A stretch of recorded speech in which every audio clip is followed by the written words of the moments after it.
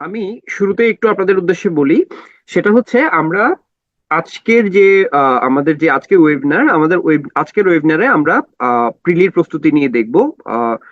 ব্যাংকের চাকরির কি কি ফ্যাসিলিটিস আছে, কি কি যুক্ত হয়েছে বা কি কি কি অবস্থা, সেটা আমরা একটু জানবো।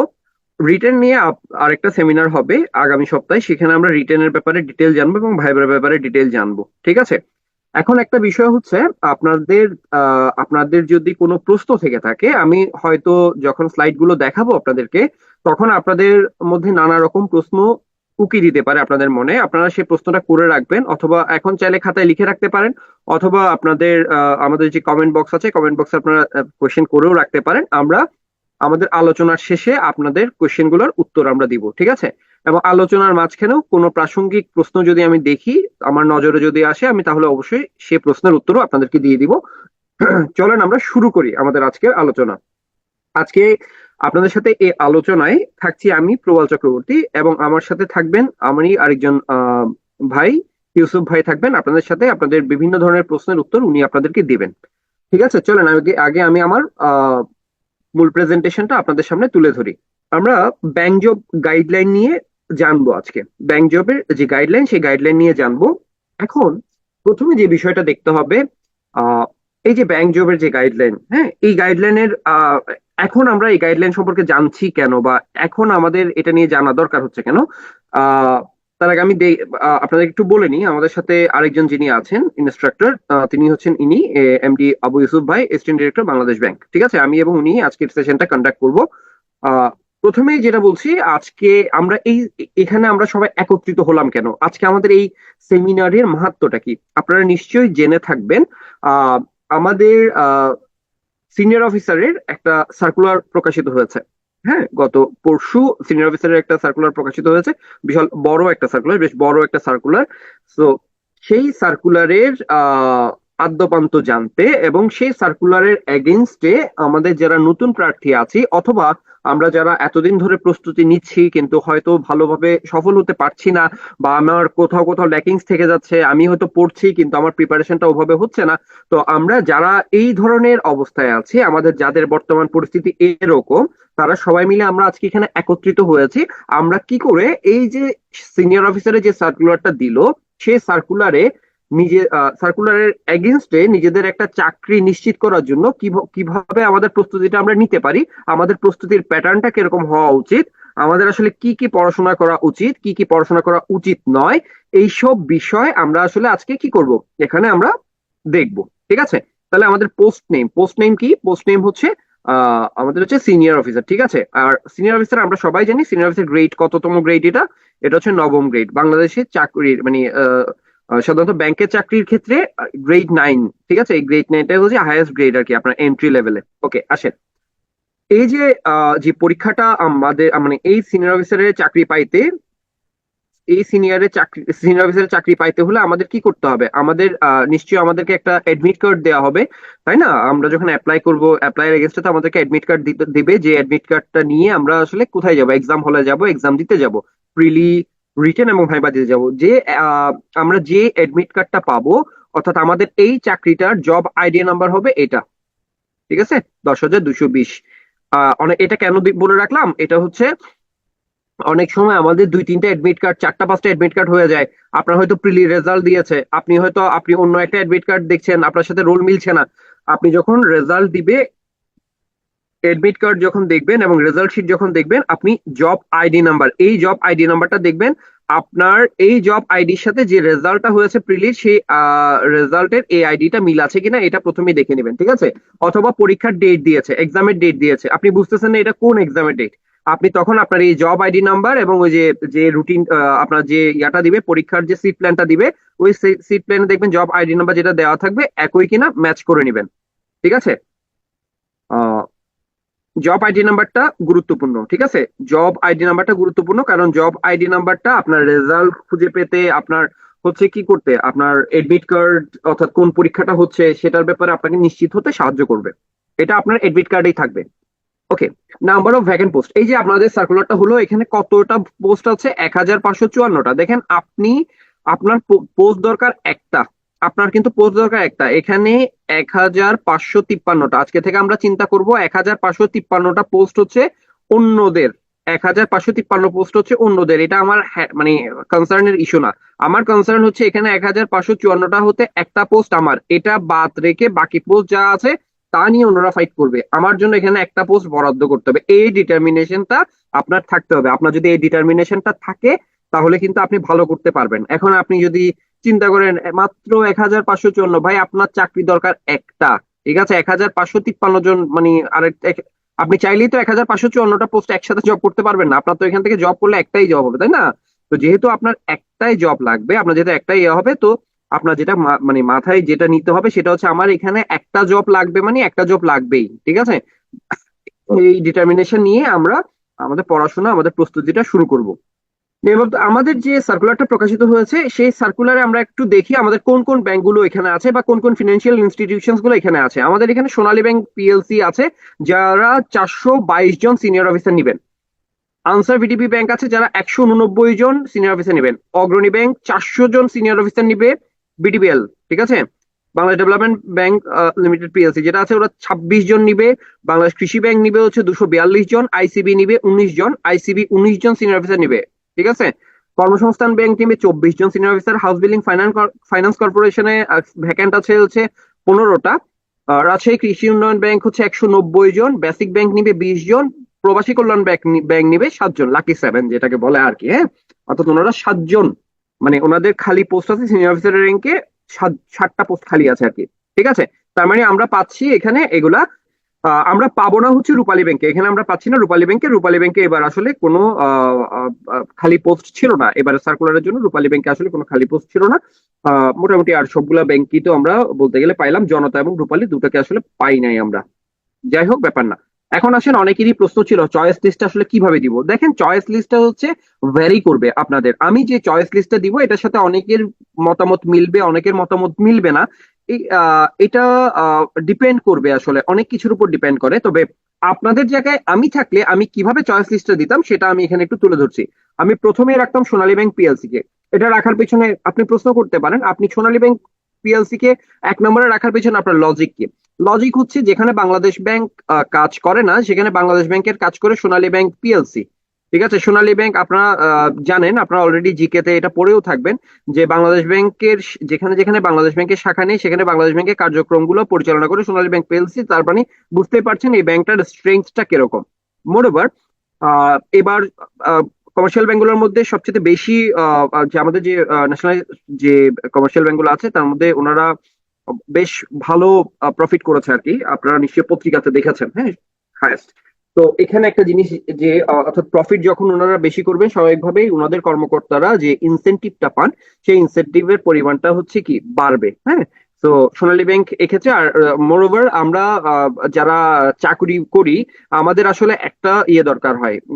আমরা যখন বিয়ে শাদী করতে যাই তখন গার্ডিয়ানরা জিজ্ঞেস করে, হ্যাঁ, ছেলে কি করে বা কি, হ্যাঁ?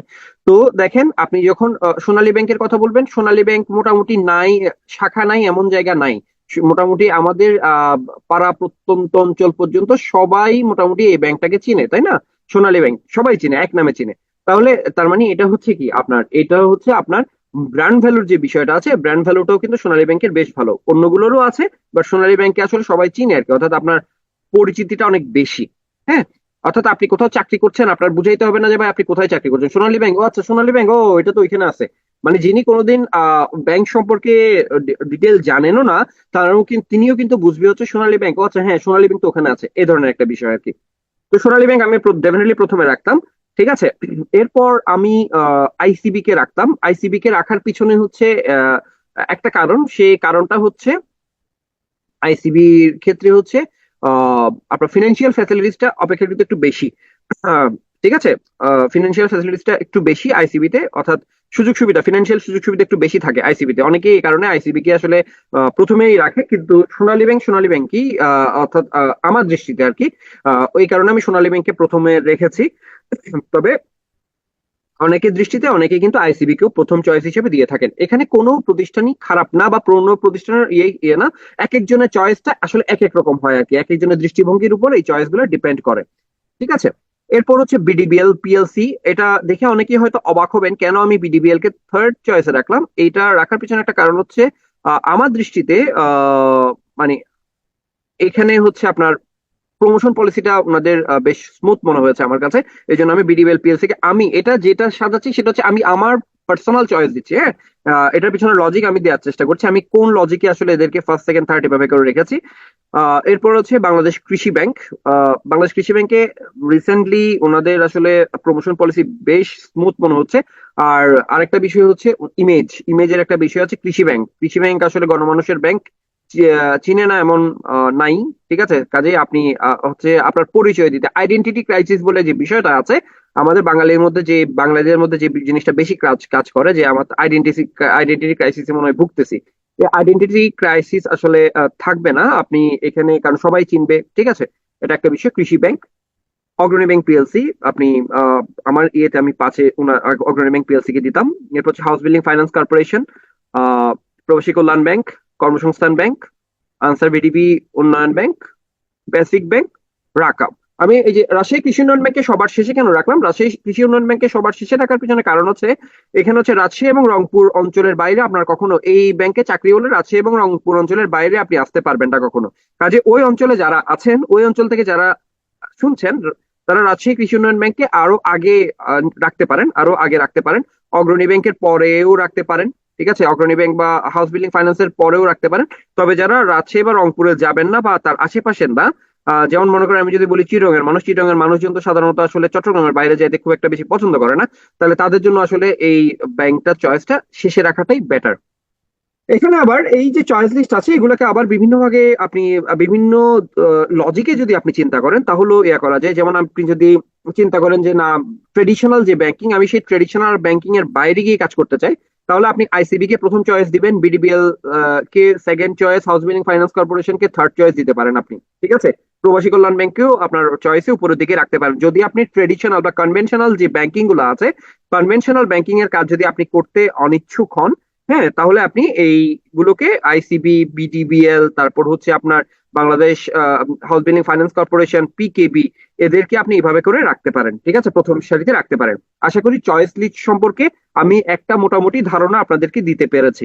ঠিক আছে, আরেকটা বিষয় মনে রাখবেন, এই চয়েস লিস্ট যেটা আছে এইটা আহ, এটা হচ্ছে আপনাদের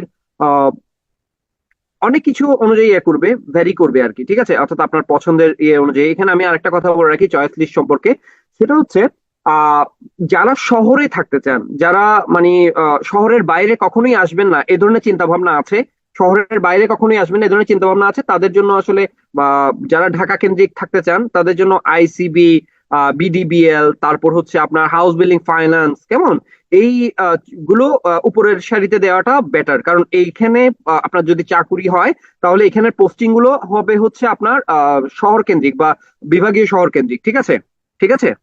আহ, তো আমি এই যে একজন প্রশ্ন অলরেডি করেছেন, আমি বলেছিলাম প্রাসঙ্গিক প্রশ্ন থাকলে আমি উত্তর দিব। একজন অলরেডি প্রশ্ন করেছেন যে আমি যদি ডিভিশনাল এরিয়াতে পোস্টিং কনসিডার করি তাহলে তাহলে উত্তরটা দিয়েই দিয়েছি। আইসিবি, তারপর হচ্ছে হাউস বিল্ডিং ফাইন্যান্স, এইগুলো আপনি আসলে কি করতে পারেন, শুরুর দিকে রাখতে পারেন, কারণ এখানে আপনার আসলে প্রত্যন্ত অঞ্চলে পোস্টিং হওয়ার কোনো সম্ভাবনা নাই। আপনি যদি পোস্টিং নিয়ে আপনার কোনো কনসার্ন না থাকে তাহলে কৃষি ব্যাংক, সোনালী ব্যাংক এগুলো কিন্তু শুরুর দিকে রাখবেন। কারণ এখানে আসলে আপনি গ্রাম অঞ্চলে পোস্টিং পাইতে পারেন আর কি। অনেকে আছে আমরা নারীর টানে গ্রামে ছুটে যায় বারবার, নারী দন্ত ন র দীর্ঘইকার না, ডর শূন্য র দীর্ঘইকার। ঠিক আছে, সেই নারীর টানে যারা বারবার গ্রামে ফিরে যেতে চান সেই সকল ভাইদের জন্য হচ্ছে আপনার কি এই যে সোনালী ব্যাংক বা কৃষি ব্যাংক এগুলো হলে আপনি আহ ইয়েতে মোটামুটি গ্রাম অঞ্চলেই থাকতে পারবেন আর কি। ঠিক আছে, দেখেন পোস্টিং সুবিধার কথা যদি আপনারা জিজ্ঞেস করেন পোস্টিং সুবিধা পাওয়া যায় কোন ব্যাংকগুলোতে, সেক্ষেত্রে আমি বললাম আইসিবি, হাউস বিল্ডিং এগুলোতে আপনি বিভাগীয় শহরে থাকতে পারবেন। এটা ছাড়া অন্যান্য কোনো ব্যাংকে আপনি স্পেসিফিক ভাবে, হ্যাঁ, সাধারণত আপনার নিজ ডিভিশনেই থাকে সাধারণত, কিন্তু তার মানে এই নয় যে আপনাকে নিজ ডিভিশন বা নিজ এলাকার বাইরে ব্যাংক পদায়িত করতে পারবে না। ব্যাংক চাইলে ব্যাংক নিজের পলিসি অনুযায়ী আপনাকে যে কোনো জায়গায় পোস্টিং দিতে পারে, সেটার জন্য মেন্টালি প্রস্তুত থাকতে হবে আপনার। তবে একটা আসার কথা হচ্ছে সাধারণত ব্যাংকগুলো নিজের এরিয়ার বাইরে খুব বেশি একটা দেয় না। যদি আপনার একেবারেই নিতান্তই পোস্ট ফাঁকা না থাকে ওইসব জায়গাতে, তখন হয়তো আপনাকে বাইরে দিবে। ঠিক আছে, বিকেবিতে ইনসেনটিভ তুলনামূলক কম। ঠিক আছে, তুলনামূলক কম। আচ্ছা, মেয়েদের জন্য চয়েস লিস্টটা কেমন হওয়া উচিত এটা যদি বলেন তাহলে আমি বলবো আপনার আমাদের ফিনান্সিয়াল ইনস্টিটিউশন যেগুলো আছে, তারপর হচ্ছে আপনার আইসিবি, তারপর হচ্ছে আইসিবি, হ্যাঁ আইসিবি হচ্ছে BDBL, ICB BDBL, house building finance corporation, pKb, এইগুলোকে আসলে উপরের দিকে রাখা উচিত, এগুলোকে আসলে উপর দিকে রাখা উচিত, ঠিক আছে। আচ্ছা, আবেদনের সময় কোনো ভুল হলে কি সমস্যা হবে? আবেদনের সময় ভুল হলে ডেফিনেটলি সমস্যা হবে। আবেদনের সময় ভুল করা কখনোই কোনো অবস্থাতেই উচিত না। তারপরও নিতান্ত যদি ভুল হয়ে যায়, সেই ভুলটা কি ধরনের ভুল হয়েছে সেটা অনুযায়ী তখন ব্যবস্থা নেওয়া যাবে। আমরা নেগেটিভ চিন্তা না করি, আমরা পজিটিভ চিন্তা করি। আমরা মানে সততার সাথে কেয়ারফুলি আমরা কি করব, অ্যাপ্লাই করব যাতে আমাদের ভুল না হয়। আমাদের ভুল, একটা ভুল হওয়া মানে এটা আমাকে মেন্টাল প্রেশার দিবে, আমার পড়ালেখা এটা হ্যাম্পার করবে। সো এমন কোনো কিছু আমরা না করি যেটা আমাদের মানসিক শান্তিকে নষ্ট করে, আমাদের পড়ালেখায় কি করে, হ্যাম্পার করে, ঠিক আছে। আপনাদের কোয়েশ্চেন গুলো রাখেন, আমাদের ইউসুফ ভাই বেশ কিছু কোয়েশ্চেন উত্তর দিবে আপনাদের। আমি একটু সামনে আগাচ্ছি, কেমন? কেরিয়ার হিসেবে ব্যাংক জব কেমন, আমরা এখানে একটু আলোচনা করে দেখি কেরিয়ার হিসেবে ব্যাংক জব কিরকম। দেখেন, ব্যাংকে নিয়োগের একটা বড় সুবিধা হলো প্যানেল থেকে নিয়োগ পাওয়া যায়। প্যানেল থেকে নিয়োগ এটা অনেকেই বুঝেন, অনেকেই বুঝেন না। যারা বুঝেন বা যারা বুঝেন না তাদের উদ্দেশ্যে একটু বলি প্যানেল থেকে নিয়োগটা কিরকম। মনে করেন এখানে 1554 পোস্টের জন্য প্রথমে আপনার ভাইবার শেষে রেজাল্ট দিয়ে দিল 1554 পোস্টের জন্য, হ্যাঁ। এখন মনে করেন এখানে আপনার হয়তো রাজশাহী কৃষি উন্নয়ন ব্যাংকে চাকরি হয়েছে, আপনি হয়তো রাজশাহী যাবেন না তাই আপনি জয়েন করেন নাই। তাহলে রাজশাহী কৃষি উন্নয়ন ব্যাংকে আপনার মতো 5 জন কি হইলো, চাকরিতে জয়েন করলো না, তাহলে এখানে 5টা পোস্ট খালি হয়ে গেল না। অনেকে মনে করেন যে অন্যান্য ব্যাংকগুলোতে হয়তো তাদের কোনো কোনো না কোনো কারণে হয়তো দেখা গেল তারা জয়েন করলো না। মনে করেন 1554 মধ্যে হচ্ছে 154 পোস্টে কেউ জয়েন করে নাই, হ্যাঁ, বাকি পোস্ট গুলোতে জয়েন করেছে, তখন কি হবে? এই 154 পোস্ট যেটা খালি আছে, ব্যাংক এই পোস্ট গুলাকে খালি রাখবে না। ব্যাংক বলবে হচ্ছে ঠিক আছে, আমার মেরিট লিস্টে 1554 থেকে এর পর থেকে যারা আছে, যেমন মনে করেন 1555তম যিনি হবেন, সেখান থেকে ব্যাংক আবার কল করা শুরু করবে। মনে করেন এই 154 জনের জন্য আরো আবার কি করা হলো, কল করা হলো 154 জনকে। এই 154 মেরিট লিস্টের পরের গুলা কি, এই 154 জনের মধ্যে মনে করেন যে 100 জন জয়েন করলো, আবার 54 জন কি করলো না, জয়েন করলো না। সে কোনোভাবে জয়েন করবেই না, চাকরি তাকে দিতে চাচ্ছে কিন্তু সে চাকরি করবে না। তখন এই 54 জনের জন্য ব্যাংক আবার প্যানেল দিবে। মানে এর পরের লিস্ট, এই যে দেখেন 1554 জন থেকে প্রথমে তো ডেকে ফেলেছে, এরপরে এই মেরিট লিস্টের পরে আরো 154 জনকে কল দিল, অর্থাৎ 1554 থেকে 100 সাথে 154 যোগ হবে। 154 যোগ হওয়ার পরে এখান থেকে 100 জন জয়েন করে, মনে করেন 54 জন জয়েন করলো না, এরপর পরবর্তী 54 জনকে কি করা হবে, আবার কল করা হবে।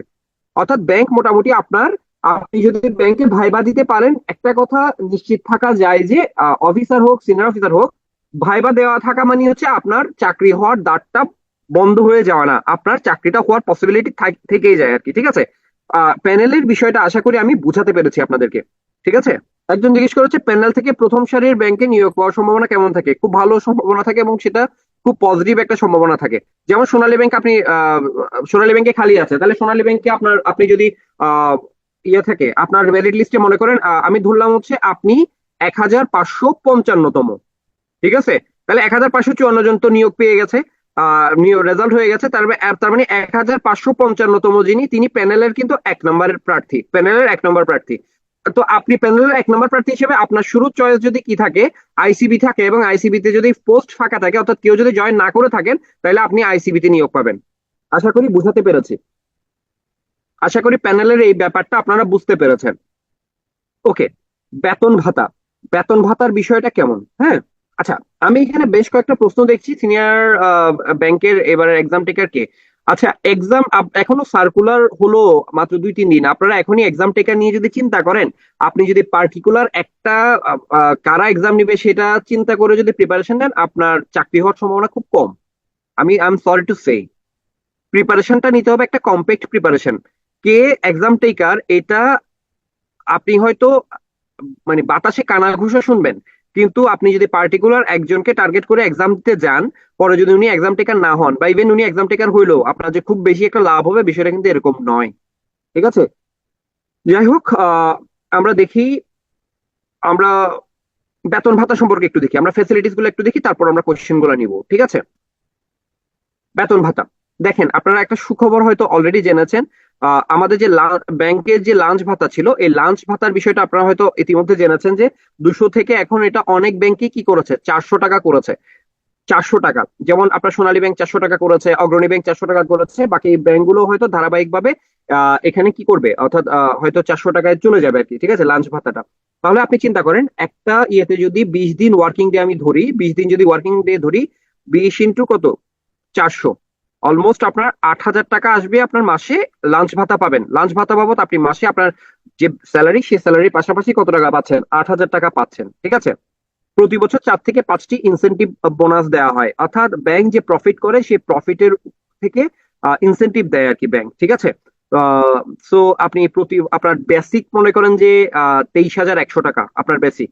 এই 23,100 গুণ 5, আমরা যদি সর্বোচ্চটা ধরি, তাহলে মানে লাখের উপর আপনি কি পাবেন, আপনার ইনসেনটিভ পাবেন, ঠিক আছে। প্রতি বছর লাখের উপরে আপনি ইনসেনটিভ বোনাস পাবেন, ঠিক আছে।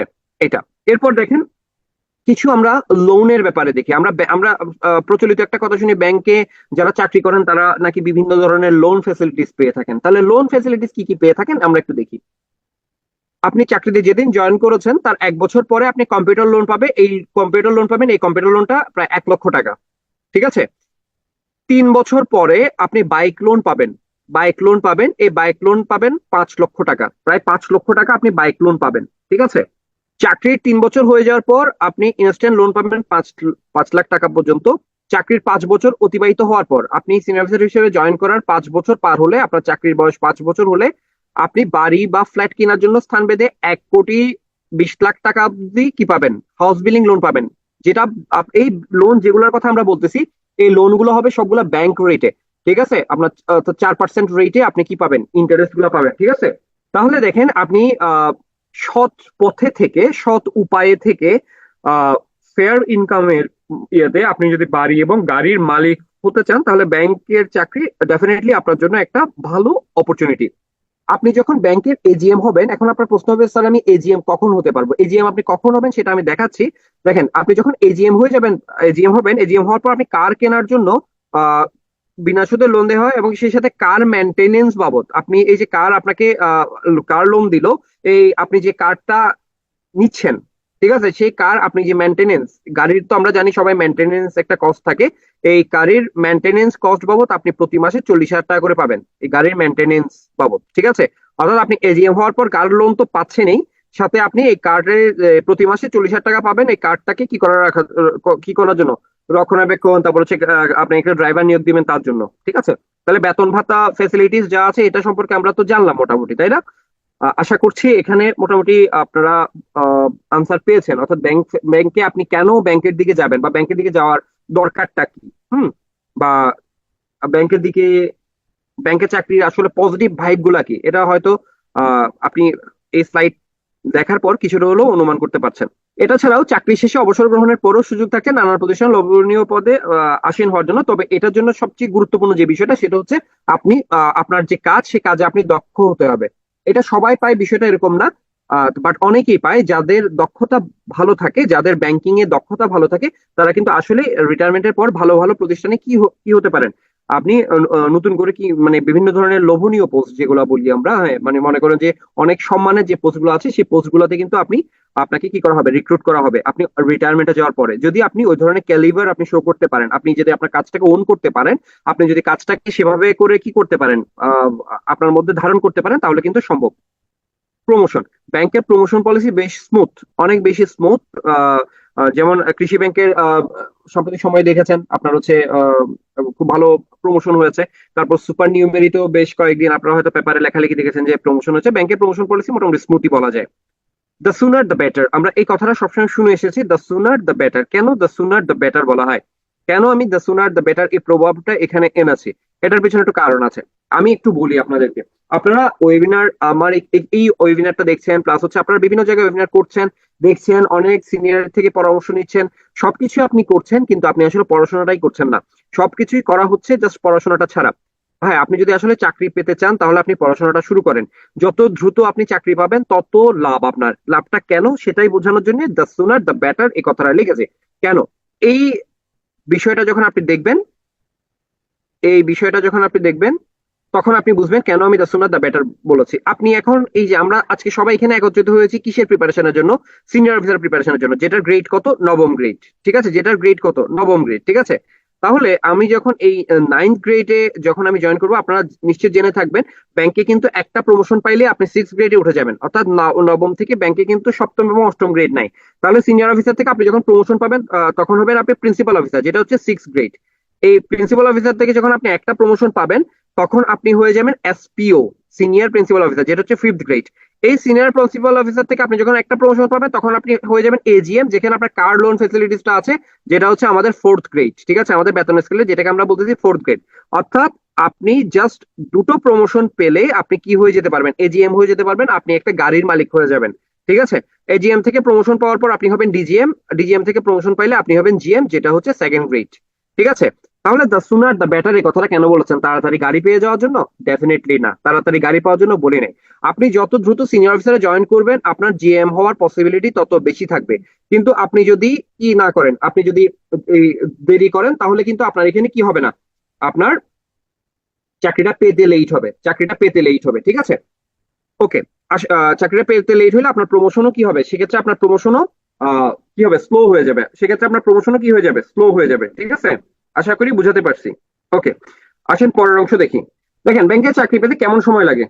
আপনি যদি গুছিয়ে প্রস্তুতি নিতে পারেন তাহলে অনেক দ্রুততম সময়ের মধ্যে ব্যাংকে চাকরি পাওয়া সম্ভব। অর্থাৎ ব্যাংকে চাকরি পাইতে হলে আপনার মানে অনেক বেশি সময় অপেক্ষা করতে হবে না। আপনি যদি ভালোভাবে গুছায় প্রস্তুতি নেন, গুছায় প্রস্তুতি নেন তাহলে কিন্তু খুব দ্রুততম সময়ের মধ্যে আপনি ব্যাংকে চাকরি পাবেন। আর আপনি জানেন ব্যাংকের সার্কুলার গুলো রেগুলার ইন্টারভালে হয়, অর্থাৎ একটা অপরচুনিটি কোনো কারণে যদি চলেও যায় আর একটা অপরচুনিটি কিন্তু সাথে সাথে চলে আসে আপনার সামনে। ঠিক আছে, তো এখানে কিন্তু একটা বিগ অপরচুনিটি, আপনি যদি গুছিয়ে প্রস্তুতি নিতে পারেন, গুছিয়ে প্রস্তুতি নিতে পারেন তাহলে কিন্তু খুব দ্রুত সময়ের মধ্যে আপনার কিন্তু কি পাওয়া সম্ভব, চাকরি এনশিওর করা সম্ভব। ঠিক আছে, কারণ এখানে অনেক লম্বা সময় আপনার অপেক্ষা করতে হয় না। ওকে, ওকে, আসেন এবার আমরা দেখি, পরের অংশে যাই। ব্যাংকের নিয়োগ প্রক্রিয়া। এবার আসেন আমরা ব্যাংকের নিয়োগ প্রক্রিয়া সম্পর্কে দেখি। ব্যাংকের নিয়োগ প্রক্রিয়াটা আসলে কিভাবে হয় বা কিরকম। ব্যাংকের নিয়োগ প্রক্রিয়া হচ্ছে 3টা ধাপে হয়, আমরা এটা জানি, প্রিলি, রিটেন এবং হচ্ছে ভাইবা। ঠিক আছে, প্রিলি, রিটেন এবং ভাইবা। আহ এখন প্রিলি, রিটেন, ভাইবাতে আসলে কিভাবে কি হবে আমরা একটু দেখি। প্রথমে আসেন হচ্ছে আমরা আমরা রিটেনের যে আছে, রিটেনের বিষয়ে আমরা আগামী সপ্তাহে কি করব, অর্থাৎ আগামী নেক্সট উইকে আমরা রিটেনের ওয়েবিনার আয়োজন করব, তখন রিটেনের ব্যাপারে আমরা ডিটেল দেখব। আমরা আজকে আপাতত প্রিলিটাতে থাকবো, প্রিলিটা দেখবো কেমন। প্রিলি, তাহলে আমরা প্রিলিটা দেখি, প্রিলিটা কিরকম হয়। প্রিলি 1 ঘন্টা, 100 নম্বরের 100টা এমসিকিউ। হ্যাঁ, কোনো কোনো সময় 80টা এমসিকিউ থাকতে পারে প্রশ্ন, অনেক সময় 100টা এমসিকিউরও হয়, অনেক সময় 80টা এমসিকিউরও হয়। ঠিক আছে, তো এখানে প্রতিটা ভুল উত্তরের জন্য 0.25 নাম্বার করে কাটা যায় আর কি। হ্যাঁ, প্রতিটা ভুল উত্তরের জন্য 0.25 নাম্বার করে কাটা যায়। সিলেবাস, ব্যাংকের নির্দিষ্ট কোনো সিলেবাস নাই, তবে প্রশ্ন করা হয় কোনো কোন কোন বিষয় থেকে তার নির্দিষ্ট, অর্থাৎ কোন কোন বিষয় থেকে প্রশ্ন করা হবে তার নির্দিষ্ট, তো বাট স্পেসিফিক কোনো সিলেবাস নাই। তাহলে প্রশ্নগুলো কোন কোন বিষয় থেকে আসে, আপনার বাংলা থেকে আসে, ইংরেজি থেকে আসে, গণিত থেকে আসে, সাধারণ জ্ঞান থেকে আসে, কম্পিউটার ও তথ্য প্রযুক্তি থেকে আসে। ঠিক আছে, তাহলে বাংলা থেকে কত নম্বরের প্রশ্ন আসে, বাংলা ভাষা ও সাহিত্য থেকে আসে 25 নম্বরের প্রশ্ন, ইংরেজি থেকে আসে হচ্ছে 25 নম্বর। এখানে গ্রামার প্লাস হচ্ছে ভোকাবুলারি দুইটাই থাকবে, গ্রামার প্লাস ভোকাবুলারি, ভোকাবুলারি দুইটাই থাকবে, এই দুইটা মিলে হচ্ছে 25 নম্বর। গণিত থেকে আসে 20 নম্বর, জিকে 20, কম্পিউটার ও তথ্য প্রযুক্তি 10। এই যে জিকে এবং কম্পিউটার তথ্য প্রযুক্তি, এটার মধ্যে অনেক সময় নাম্বারটা এদিক ওদিক হয়, হয়তো জিকে 18 দিলে কম্পিউটার তথ্য প্রযুক্তি 12 দিল, এভাবে করে এখানে 30 নাম্বারটা এভাবে করে কি করা হয়, মিলানো হয়। আসেন এবার তাহলে আমরা ধারাবাহিকভাবে দেখি কিভাবে আমরা প্রস্তুতি শুরু করব। বাংলার ব্যাপারে আমরা যদি শুরু করি, দেখেন বাংলা সাহিত্য থেকে 5 থেকে 10 মার্কের আসে। আমরা ধরে নিই বাংলা সাহিত্য থেকে 7 মার্ক আসবে, হায়েস্ট 7-এর বেশি সাধারণত আসে না।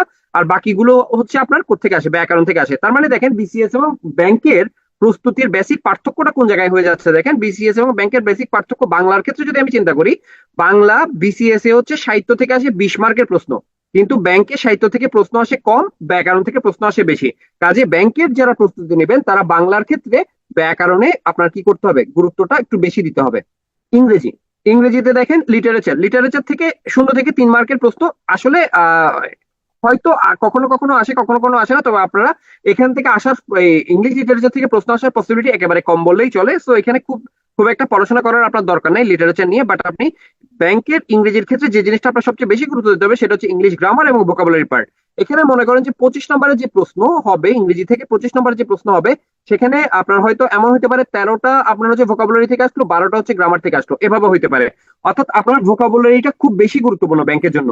আর দেখেন বিসিএস এবং ব্যাংকের ইংরেজির পার্থক্য যেটা, বিসিএস এ ইংরেজিতে হচ্ছে কি আপনার লিটারেচার পড়তে হবে, ব্যাংকে লিটারেচার পড়তে হবে না। কিন্তু বিসিএস এ যে লেভেলের ভোকাবুলারি দরকার হয় প্রিলির জন্য, ব্যাংকে তার চাইতে একটু হার্ড ভোকাবুলারি আমাদের কি করতে হবে, আয়ত্ত করতে হবে। ঠিক আছে? সাধারণ জ্ঞান রিসেন্ট থেকে বেশিরভাগ প্রশ্ন আসে, আর ফিক্সড সাধারণ জ্ঞানও আসে, তবে রিসেন্টটা আমাদের বেশি করে গুরুত্ব দিয়ে দেখতে হবে সাধারণ জ্ঞানের ক্ষেত্রে। আমরা শুরুটা আসলে কিভাবে করতে পারি? শুরু হতে শেষ পর্যন্ত একটা কাজ আমাদের নিয়মিত করতে হবে। অর্থাৎ আপনি আজকে থেকে মনে করেন ব্যাংকের চাকরির প্রিপারেশন শুরু করলেন, আজকে থেকে আপনি যতদিন পর্যন্ত চাকরি হচ্ছে না ততদিন পর্যন্ত একটা কাজ ম্যান্ডেটরি আপনার করতে হবে। সেই কাজটা কি? সেই কাজটা হচ্ছে, যতদিন পর্যন্ত আপনি চাকরি পাচ্ছেন না ততদিন দৈনিক একটা করে বিগত সালের প্রশ্ন সলভ করুন। এটা প্রিলির কথা বলছি। প্রিলির মিনিমাম একটা করে প্রশ্ন, বেশি করতে পারলে ভালো, কিন্তু মিনিমাম একটা করে প্রিলির প্রশ্ন আপনি সলভ করবেন যতদিন আপনার চাকরি না হচ্ছে। এটা আপনার জন্য ম্যান্ডেটরি ওয়ার্ক।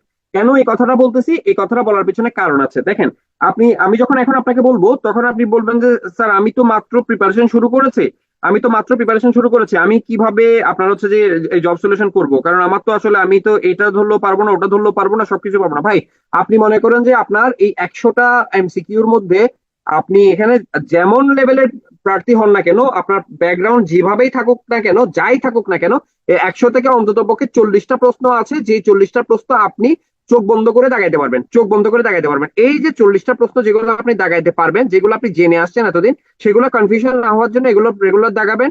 এরপর আপনি যখন জব সলিউশনটা টানা দুই সপ্তাহ করবেন, দেখবেন এই 40টা প্রশ্ন আপনি এভারেজে যেটা 40টা প্রশ্ন পাইতেন 10 10-15 দিন প্র্যাকটিস করার পর, আপনি এভারেজে আপনার 50টা প্রশ্নের উত্তর পাচ্ছেন। কারণ প্রশ্ন রিপিট হয়। এই রিপিট প্রশ্ন যেগুলো হয়, মনে করেন জিকে এর প্রশ্ন, বাংলা লিটারেচারের প্রশ্ন, যে প্রশ্নগুলো রিপিট হয়, ওগুলো যখন আপনি বারবার প্র্যাকটিস করবেন তখন না আপনি আর ভুলবেন না। কিন্তু আপনি যখন প্র্যাকটিস করবেন না, তো যতই পড়েন না কেন আপনার মনে থাকবে না। ঠিক আছে?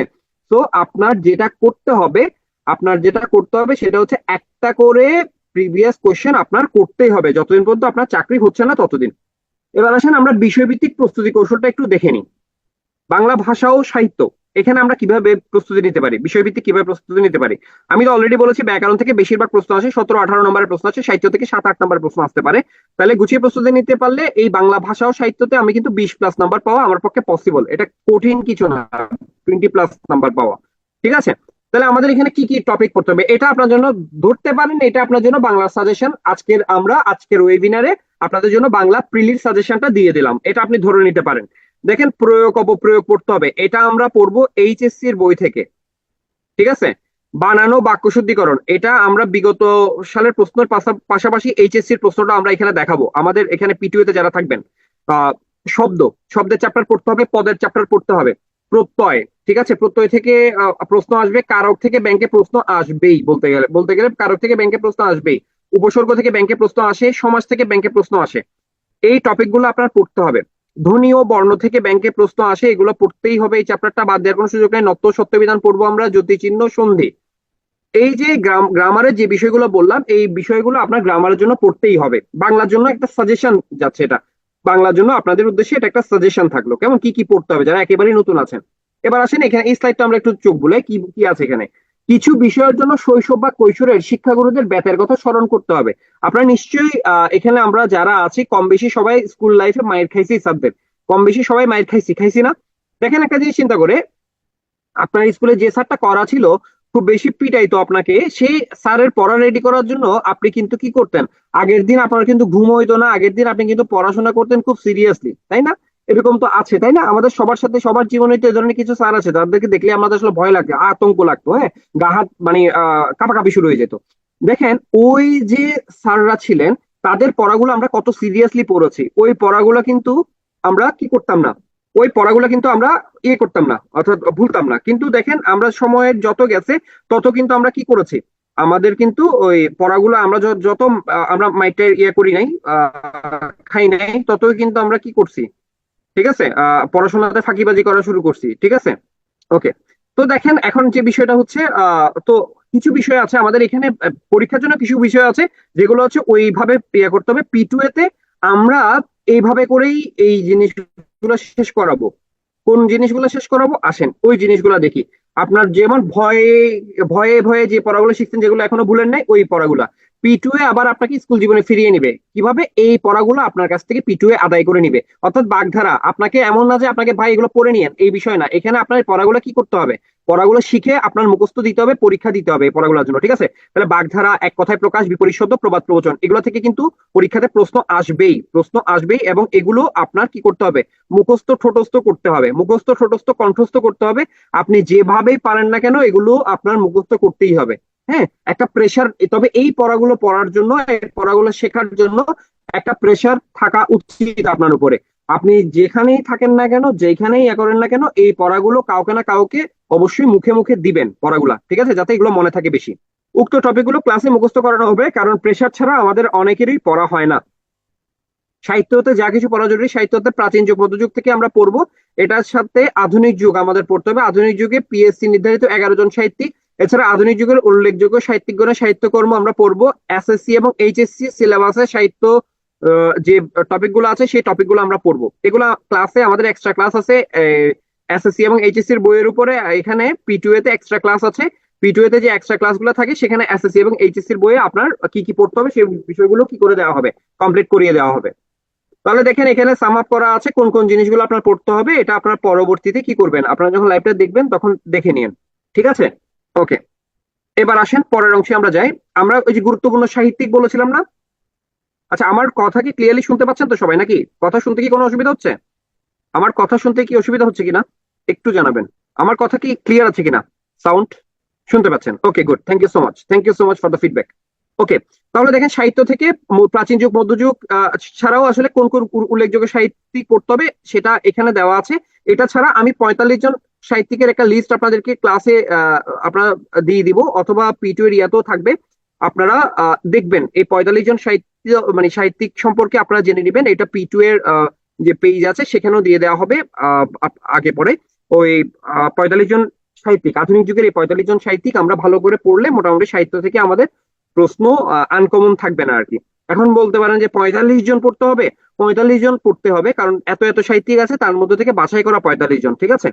ওকে, এবার আসেন কি কি বই লাগবে। যারা নতুন আছেন প্রার্থী, তারা হয়তো বই নিয়ে একটু কনফিউশন থাকেন কি কি বই লাগবে আপনার। দেখেন এখন আপনাদের নতুন বাংলা ব্যাকরণ বই আসবে। বাংলা ব্যাকরণ বই, যে নতুন বাংলা ব্যাকরণ বইটা আসবে সেটা আমাদের নিতে হবে। আপাততর জন্য হচ্ছে এগুলো আপনারা দেখতে পারেন। তবে নতুন বাংলা ব্যাকরণ বই যে এডিশনটা আসবে, নবম দশম শ্রেণীর নতুন বাংলা ব্যাকরণ বই যে এডিশনটা সামনে আসতেছে, ওই এডিশনটা অবশ্যই এই এডিশনটা আমাদের হাতে এখনো আসে নাই, কিন্তু ওই এডিশনটা যখন আসবে, ঠিক আছে, ওই এডিশনটা যখন আসবে তখন ওইটা ইয়ে করতে হবে, আমাদের অবশ্যই কি করতে হবে, পড়ে নিতে হবে, কেমন?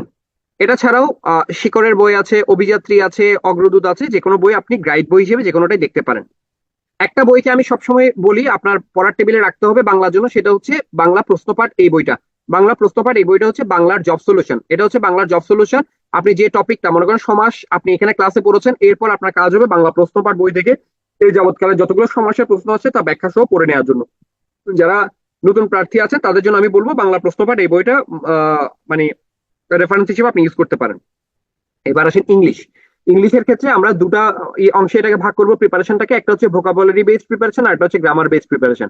ভোকাবুলারি বেসড প্রিপারেশনের মধ্যে আছে synonym, antonym, one word substitution, replacing underline word, analogy, odd man out, spelling. এই জিনিসগুলো দেখতে পারি, ঠিক আছে? এটা আমরা দেখবো। ওকে, এরপর যে জিনিসটা দেখেন, অ্যানালজি আমরা দেখবো, স্পেলিং আমরা দেখবো, ঠিক আছে? এরপর আমাদের গ্রামার থেকে right form of verb, parts of speech, correction, narration, voice, এগুলো আমাদের দেখতে হবে। এখানে আসলে আমরা একটা সামারি দিয়েছি কোথা থেকে আসলে কি কি। ভোকাবুলারি হচ্ছে আপনার ইংরেজি প্রশ্নের জন্য ভোকাবুলারি খুব গুরুত্ব দিতে হবে। One word substitution, phrase, idioms, analogy, এগুলোর জন্য জিআরই বিগ বুক আপনারা দেখতে পারেন, ঠিক আছে? আর স্পেলিং এর জন্য শুধু প্রিভিয়াস কোয়েশ্চেন পড়লেও চলবে। ওকে, আসেন তাহলে আমরা দেখি আর কি কি আছে। তাহলে আমরা দেখেন এখন, দেখেন আপনি যখন ভোকাবুলারি পড়বেন, তখন আপনার কাছে মনে হবে ভোকাবুলারি তো সিলেবাসটা হিউজ সিলেবাস, তাই না? Vocabulary huge syllabus. এখন আসলে আমরা এটা কি করতে পারি, ভোকাবুলারি আমরা আসলে কিভাবে আয়ত্ত করব? ভোকাবুলারি তো আমাদের জন্য চ্যালেঞ্জিং হয়ে যাচ্ছে, আমরা তো ভোকাবুলারি পারছি না। এরকম একটা অবস্থা আমাদের আসলে সবাই হয়ে যায় যখন আমরা ভোকাবুলারি কি করতে চাই, ফেস করতে চাই, তাই না? তো এখন যে জিনিসটা আমাদের মাথায় রাখতে হবে, ভোকাবুলারিটা আসলে আমরা যেভাবে গতানুগতিক ভাবে পড়ি, সেই গতানুগতিক ভাবে আসলে আমরা যখন ভোকাবুলারি করতে যাব, তখন আমাদের জন্য এটা কি হয়ে যাবে, ডিফিকাল্ট হয়ে যাবে। তো সেক্ষেত্রে আমাদের কি করতে হবে, আমাদের নিজস্ব স্ট্র্যাটেজি ইউজ করতে হবে ভোকাবুলারি কমপ্লিট করার জন্য, ঠিক আছে? তাহলে স্ট্র্যাটেজিটা আসলে কি হতে পারে? স্ট্র্যাটেজিটা কি হতে পারে আমরা একটু দেখি, আসেন। আমি আমার মতো করে বলতেছি, আপনারা একটু দেখবেন। দেখেন, আমাদের ভোকাবুলারি যেগুলো আমরা দেখলাম, আমাদের ভোকাবুলারি আমরা যেগুলো দেখলাম তার মধ্যে একটু দেখেন খেয়াল করে আমি আসলে কি কি জিনিস দিয়েছি ভোকাবুলারির মধ্যে। ভোকাবুলারির মধ্যে হচ্ছে ওয়ান ওয়ার্ড সাবস্টিটিউশন আছে, ফ্রেজ ইডিয়মস আছে, অ্যানালজি আছে, ঠিক আছে, স্পেলিং, সিনোনিম, অ্যান্টোনিম আছে। তাহলে এখন একটা জিনিস খেয়াল করেন, আমি যখন সিনোনিম অ্যান্টোনিম পড়তেছি তখন দেখা যাচ্ছে আমার পড়া হচ্ছে অনেক বেশি, আমার পড়া অনেক বেশি। আমি তো আসলে ভোকাবুলারি, আমরা এই পড়ার সময় আসলে কি পড়তেছি খেয়াল করেন, আমি পড়ার সময় পড়তেছি সিনোনিম অ্যান্টোনিম এগুলো, কেমন? তো সিনোনিম অ্যান্টোনিম যখন এগুলো আমি পড়তেছি টানা, আমি যখন সিনোনিম অ্যান্টোনিম গুলো টানা পড়তেছি দেখা যাচ্ছে আমি শব্দ পড়তেছি, আমি এখানে কোনো কুল কিনারা পাচ্ছি না, পড়তেই আসি এখানে কোনো শেষ নাই। তাহলে আমরা ভোকাবুলারিটা পড়বো একটু ডিফারেন্ট ওয়েতে। আমরা দেখেন ওয়ান ওয়ার্ড সাবস্টিটিউশন আপনি সর্বোচ্চ 5 থেকে 6 পেজ পাবেন যে কোনো বইতে। মানে আপনি যদি সেগুলো সবগুলো যে একত্রিত করেন 5 থেকে 6 পেজ হবে ওয়ান ওয়ার্ড সাবস্টিটিউশন, এর বাইরে থেকে সাধারণত আসে না। তাহলে ওয়ান ওয়ার্ড সাবস্টিটিউশন আপনি শেষ করেন, এটাও তো ভোকাবুলারি পার্ট, এটা আপনি শেষ করে ফেলেন। ফ্রেজ এন্ড ইডিয়মস সর্বোচ্চ কয় পেজ হবে, 10 পেজ, শেষ করে ফেলেন। অ্যানালজি, অ্যানালজি ঘুরে ফিরে দেখবেন হচ্ছে যে 60 থেকে 70টা অ্যানালজি ঘুরে ফিরে পরীক্ষাগুলোতে আসে, এই 60 থেকে 70 অ্যানালজি আপনি ভালো করে পড়ে ফেলেন। স্পেলিং, শুধু প্রিভিয়াস ইয়ারের কোয়েশ্চেন গুলো পড়েন, স্পেলিং এ শুধু প্রিভিয়াস ইয়ার কোয়েশ্চেন গুলো পড়েন, দেখেন আপনি কমন পান কি পান না। সিনোনিম অ্যান্টোনিম বিগত 10 বছরের ব্যাংক কোয়েশ্চেন আপাতত সলভ করেন। সিনোনিম অ্যান্টোনিমের আসলে কোনো সিলেবাস এরকম হবে না, যত বেশি সম্ভব আসলে আমাদের শেষ করতে হবে আর কি। এখন যে বিষয়টা সেটা হচ্ছে এই যে বললাম, এগুলো এগুলো আসলে কিভাবে আপনারা এখানে হয়তো আমাদের যারা আজকে লাইভ দেখছেন তাদের মধ্যে আমাদের এক্সিস্টিং ব্যাচের অনেকেই থাকতে পারেন, পিটু এর এক্সিস্টিং ব্যাচের। পিটু এর যে এক্সিস্টিং ব্যাচ আছে সেখানে যারা আছে, আমি কিন্তু ওই ব্যাচগুলোতে ডেইলি টার্গেট নামে একটা সেগমেন্ট পিটু এর থেকে কি করা হয়েছে, অ্যারেঞ্জ করা হয়েছে ডেইলি টার্গেট অ্যাচিভ নামে, ডেইলি টার্গেট অ্যাচিভ নিয়ে, ঠিক আছে? তো ডেইলি টার্গেট অ্যাচিভে যারা আছেন, আমি এখানে অলরেডি আমাদের এখানে একজন দুইজন কমেন্ট করছেন যে আপনারা আছেন, তাহলে আপনারা একটু জানাবেন এই যে ডেইলি টার্গেট অ্যাচিভ যেটা আছে সেখানে আমরা আসলে ভোকাবুলারি এগুলো শেষ করেছি কিনা, ওয়ান ওয়ার্ড সাবস্টিটিউশন, তারপর হচ্ছে স্পেলিং, এগুলো আমরা শেষ করেছি কিনা। যারা আছেন এতে তারা ফিডব্যাকটা দিবেন যে এখানে এগুলা শেষ হচ্ছে কিনা। হ্যাঁ, আমরা অলরেডি যারা অলরেডি মানে আগের ব্যাচগুলোতে ছিল, P2 তে ব্যাংক ব্যাচে, তাদের কিন্তু ওয়ান ওয়ার্ড সাবস্টিটিউশন তারপর হচ্ছে স্পেলিং এগুলো কিন্তু কয়েকবার করে আহ পরীক্ষাও নেওয়া হয়েছে, ঠিক আছে? ওকে, সো এইভাবে হচ্ছে এই জিনিসগুলো আমরা শেষ করব।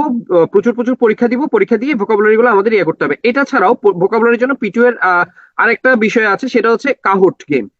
এইখানে হচ্ছে এটা একটা গেম, এই কাহুট গেমের মাধ্যমে আপনি হচ্ছে যে কি করবেন, এখানে এটা একটা গেম, ঠিক আছে? এটা সিম্পলি এটা একটা গেম। এই গেমটা খেলবেন আপনি, এখানে ফার্স্ট সেকেন্ড হলে আপনি এখানে কি আছে, P2 থেকে আপনাকে পুরস্কারের ব্যবস্থা করা হবে। এটা হচ্ছে ভোকাবুলারি শেখার বা ভোকাবুলারি পড়ার দুর্দান্ত একটা ওয়ে আর কি। এটা আপনি যখন এখানে আসবেন তখন নিজেই বুঝতে পারবেন এটা কাহুটটা আসলে কিভাবে খেলা হয়, ঠিক আছে? এবং এখানে ভালো করলে কিন্তু পুরস্কার আছে। P2 আমি যতটুকু দেখেছি P2 কাউকে খালি হাতে ফেরায় না। তো এখানে আপনি যদি ভালো করেন বা ইভেন P2 এর পরীক্ষাগুলোতে যদি আপনি ভালো করেন, এখানে কিন্তু প্রচুর প্রচুর আহ পরীক্ষা, সরি, এখানে কিন্তু প্রচুর প্রচুর পুরস্কার আছে। তো আপনি এখানে ভালো করবেন মানে পুরস্কার পাবেন। গ্রামার বেসড টপিক গুলো কোত্থেকে পড়বেন, এগুলো বিভিন্ন বই থেকেই পড়া যায়, আপনি প্র্যাকটিস করবেন। গ্রামার তো এখানে ক্লাসে পড়ানো হবে, এই যেগুলো পড়ানো হবে ক্লাসে এগুলো আপনি English for competitive exam, miracle, applied English grammar, master, TOEFL, যে কোনোটা থেকে আপনি ইয়া করতে পারেন। তবে প্র্যাকটিসের জন্য ইংলিশ ফর কম্পিটিটিভ এক্সাম যে বইটা আছে প্রফেসর স্যার, এটা আর মাস্টার, এই দুইটা বই ভালো করে দেখতে পারেন। এগুলো মানে আপনার হচ্ছে কি প্র্যাকটিসের জন্য বেশ ভালো বই আর কি। আর ভোকাবুলারি বইয়ের রেফারেন্স যদি দিতে বলেন, এখানে বেশ কয়েকটা আছে। Previous bank vocabulary by Alifur Rahman, এই বইটা দেখতে পারেন। Bank vocabulary by one plus publication, এটাও দেখতে পারেন। জিআর এর বুক, বিগ বুকও ভালো। আর হচ্ছে আপনার ইংলিশ নিউজ পেপার পড়ার প্র্যাকটিস যদি আপনি করতে পারেন, সেটা আপনার রাইটিং স্কিল বাড়ানোর জন্য সাহায্য করবে, সাথে সাথে আপনার ভোকাবুলারিকেও কি করবে, এনরিচ করবে। এবার আসেন ব্যাংক ম্যাথ প্রস্তুতি। আমাদের যাদের অনেকেরই হাত পা কাঁপে আর কি, যে সাবজেক্টটা দেখলে অনেকেরই হাত পা কাঁপে। প্রিলিমিনারি পরীক্ষায় প্রায় 20 নম্বরের ম্যাথ থাকে, লিখিত পরীক্ষা তো ম্যাথ আসে, তাই প্রস্তুতি এমন ভাবে নিতে হবে যাতে প্রিলি লিখিত দুই জায়গাতে কাজে লাগে। একটা কথা মনে রাখবেন, আমি যে এটা, অনেকে আমার সাথে হয়তো একমত হবেন, অনেকে একমত হবেন না, আমার যেটা মতামত সেটা হচ্ছে প্রিলি ম্যাথ বলে কোনো কিছু নাই। ম্যাথ মানেই হচ্ছে রিটেন ম্যাথ, অর্থাৎ যে ম্যাথটা আপনি করবেন সেটা কখনো শর্টকাট দেখে করার দরকার নেই। শর্টকাট ম্যাথ করবেন না, শর্টকাট ম্যাথ করলে আপনি প্রিলি পাস করলেও রিটেন ফেল করবেন। তো শর্টকাট বলে কোনো কিছু হয় না ম্যাথের। ম্যাথের ক্ষেত্রে হবে আপনার কি করতে হবে, আপনার ম্যাথের ক্ষেত্রে রিটেন ম্যাথ করতে হবে। সহজ কথা, রিটেন ম্যাথ অর্থাৎ ম্যাথটা লিখিত ভাবে কিভাবে হয়, লিখিত ভাবে কিভাবে হয় সেটা আপনার কি করতে হবে, জানতে হবে। তো ম্যাথের জন্য ইম্পর্টেন্ট টপিক গুলো, যে আরেকটা সাজেশন আপনাদের কাছে দিয়েছি ম্যাথের জন্য, ব্যাংক ম্যাথের জন্য কোন কোন চ্যাপ্টার গুলো দেখবেন। প্রফিট এন্ড লস প্রশ্ন আসবেই, train, time and distance, work and time, তারপর হচ্ছে পার্টনারশিপ, পাইপ এন্ড সিস্টার্ন এটা দেখবেন, সিম্পল কম্পাউন্ড ইন্টারেস্টের ম্যাথ দেখবেন, বোর্ড স্ট্রিমের ম্যাথ, মেনজুরেশন, তারপর হচ্ছে পার্সেন্টেজ, ঠিক আছে, average, age, number system, equation formation, basic algebra, mixture, ratio and proportion, এগুলো। তারপর দেখেন এখানে দেখলে বুঝবেন কোনটা থেকে কয়টা প্রশ্ন কখন আসছিল, এটা দেখবেন। এই আগের অংশ যেগুলো আছে এগুলো হচ্ছে আমার পক্ষ থেকে আপনাদের জন্য দেওয়া সাজেশন। অনেকেই হয়তো বুঝেন না ম্যাথ আসলে কোন ম্যাথ গুলো করবো বা ব্যাংকের জন্য কোন ম্যাথ গুলো করা দরকার বা কিভাবে করা দরকার, তারা এই চ্যাপ্টার গুলো কি করতে পারেন, দেখতে পারেন। এই যে ইম্পর্টেন্ট টপিক গুলো এখানে লিখে দিয়েছি আমি, এই টপিক গুলো আপনারা কি করতে পারেন, দেখতে পারেন। বই, কি কি বই পড়বো, আমি আগেই বলেছি প্রিলি ম্যাথ বলে কোনো কথা নেই, ম্যাথ মানে হচ্ছে রিটেন ম্যাথ। তাহলে রিটেন ম্যাথের আমরা কি বই পড়তে পারি?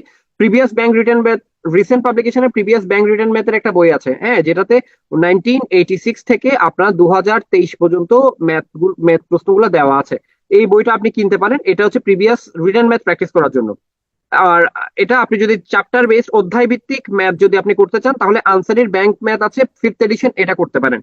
আর ইউসুফ আলীর ব্যাংক রিটার্ন ম্যাথ আছে, এই বইটা খুবই ভালো একটা বই, খুবই ভালো বই, দেখতে পারেন। খায়রুজ ব্যাংক ম্যাথ আছে, এটাও দেখতে পারেন। তাহলে এখানে আমি 4টা বইয়ের রেফারেন্স দিলাম। এই 4টা বইয়ের মধ্যে আপনি বাজারে গিয়ে আপনার যে বইটার উপস্থাপনা ভালো লাগবে, যে বইটা পড়তে আপনার অপেক্ষাকৃত সহজ মনে হবে, সেই বইটা আপনি কিনবেন। এখানে যে 4টা বইয়ের কথা বলেছি প্রত্যেকটা বই যথেষ্ট ভালো বই, প্রত্যেকটা বইয়ের উপর আপনি শতভাগ আস্থা রাখতে পারেন।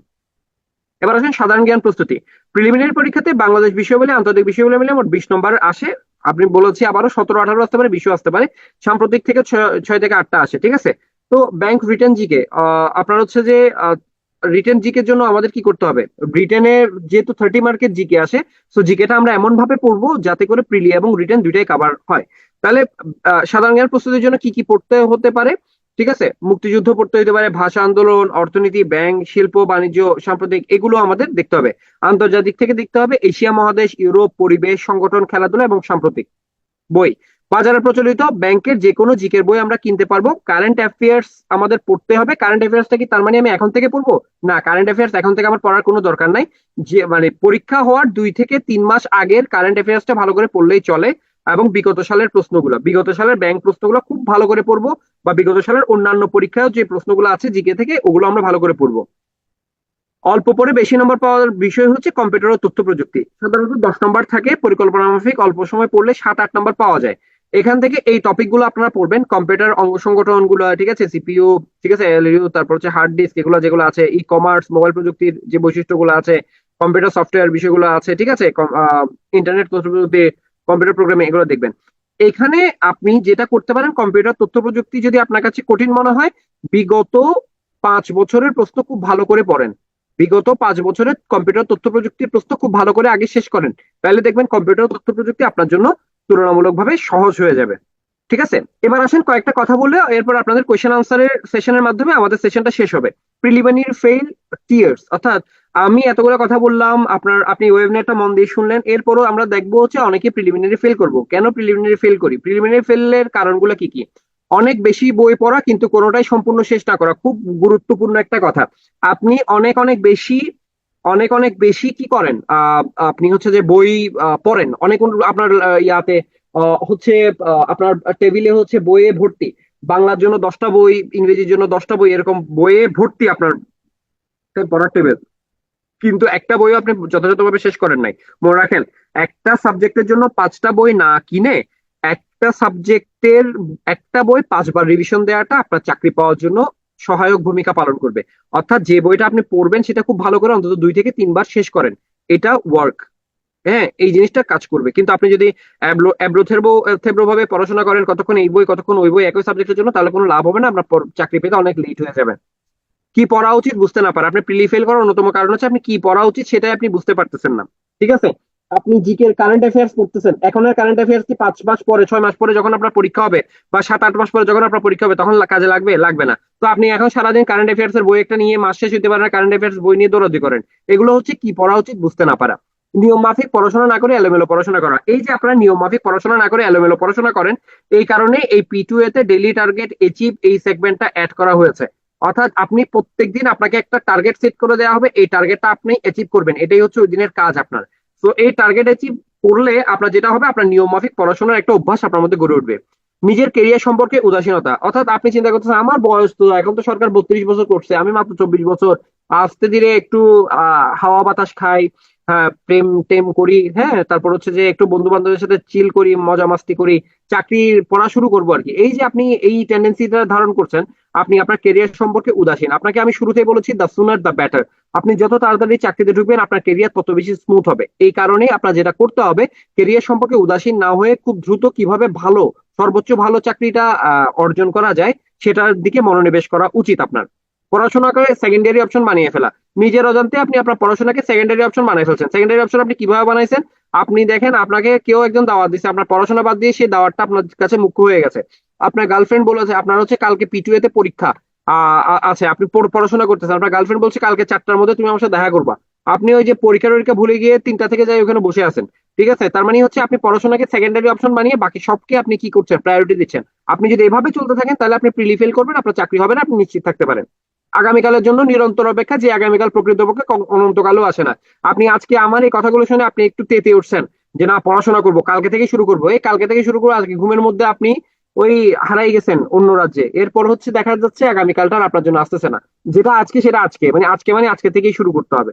সো এই যে আগামীকালের জন্য অপেক্ষা করে থাকি আমরা পড়াশোনা শুরু করার, এই আগামীকালটা আসে না। এই কারণে আপনার যেটা মাথায় রাখতে হবে সেটা হচ্ছে আগামীকালের জন্য অপেক্ষায় না থেকে আপনার দ্রুত পড়া মানে চাকরির প্রস্তুতিটা শুরু করা উচিত।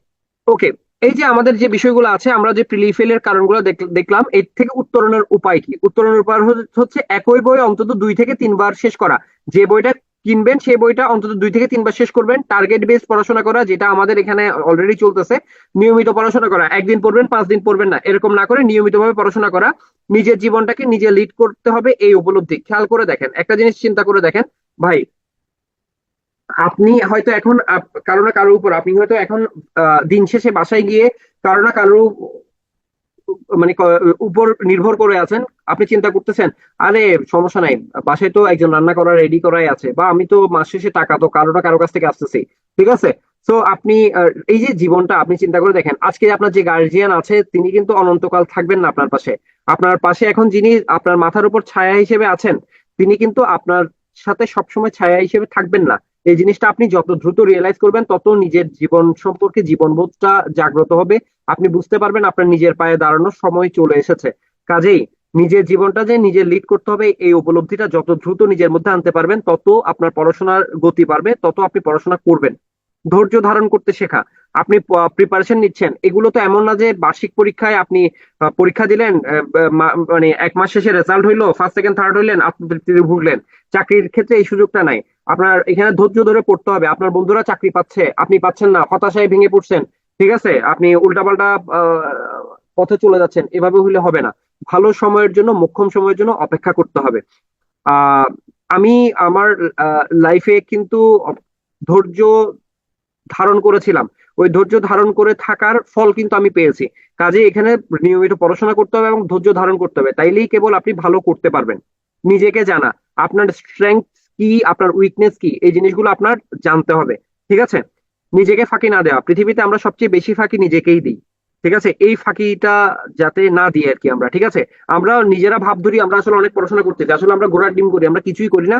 আমরা আসলে পড়াশোনা করি না, কিন্তু আমরা ভাব ধরি নিজের কাছে। যেমন আপনি টিউশনিতে যাচ্ছেন, যাওয়ার সময় বই একটা নিয়ে হাতে নিয়ে চলে যাচ্ছেন, হ্যাঁ, যেটা আমি একটা সময় করতাম। আসলে আমি টিউশন থেকে 1 লাইনও পড়তাম না, কিন্তু আমার কাছে মনে হতো আরে আমি তো পড়াশোনা করতেছি। এই যে জিনিসটা, এই ভাব ধরাটা, এটা কিন্তু আপনাকে চাকরি পাওয়ার ক্ষেত্রে অনেক বড় প্রতিবন্ধকতা হিসেবে কাজ করবে।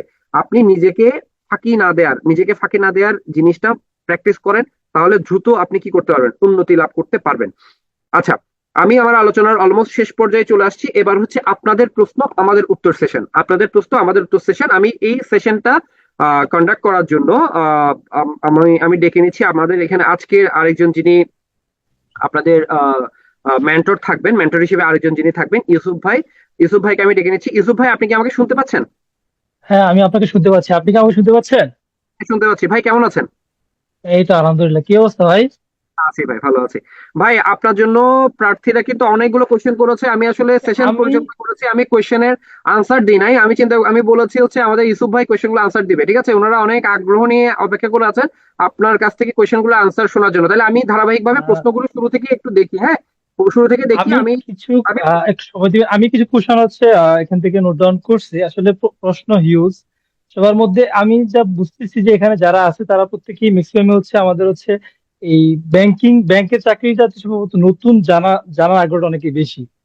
তো মোটামুটি অনেক বেসিক বেসিক লেভেল থেকে হচ্ছে কোশ্চেন গুলো আসতেছে। আচ্ছা, এখন আমি প্রথম একটা প্রশ্ন নোট ডাউন করছিলাম, সেটা হচ্ছে নতুন হিসাবে এসও কি ঠিক হবে? লোকমান নামে একজন হচ্ছে কোশ্চেনটা করছেন।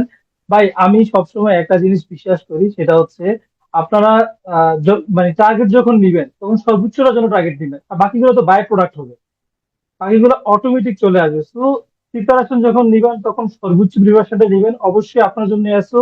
আর অলরেডি অনেকগুলো প্রশ্নের আনসার হচ্ছে দাদা অলরেডি দিয়ে দিছে, অনেকগুলো প্রশ্ন আনসার দিয়ে দিছে। তারপর আমি ট্রাই করব যে হচ্ছে ব্যাপারগুলো সামনে নিয়ে আসার জন্য।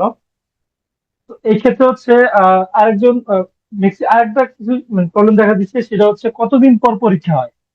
এই প্রশ্নটা একটা ইম্পর্টেন্ট প্রশ্ন দেখলাম, রাকিব নামে একজন জিজ্ঞাসা করছিলেন যে কতদিন পর পরীক্ষা হয়।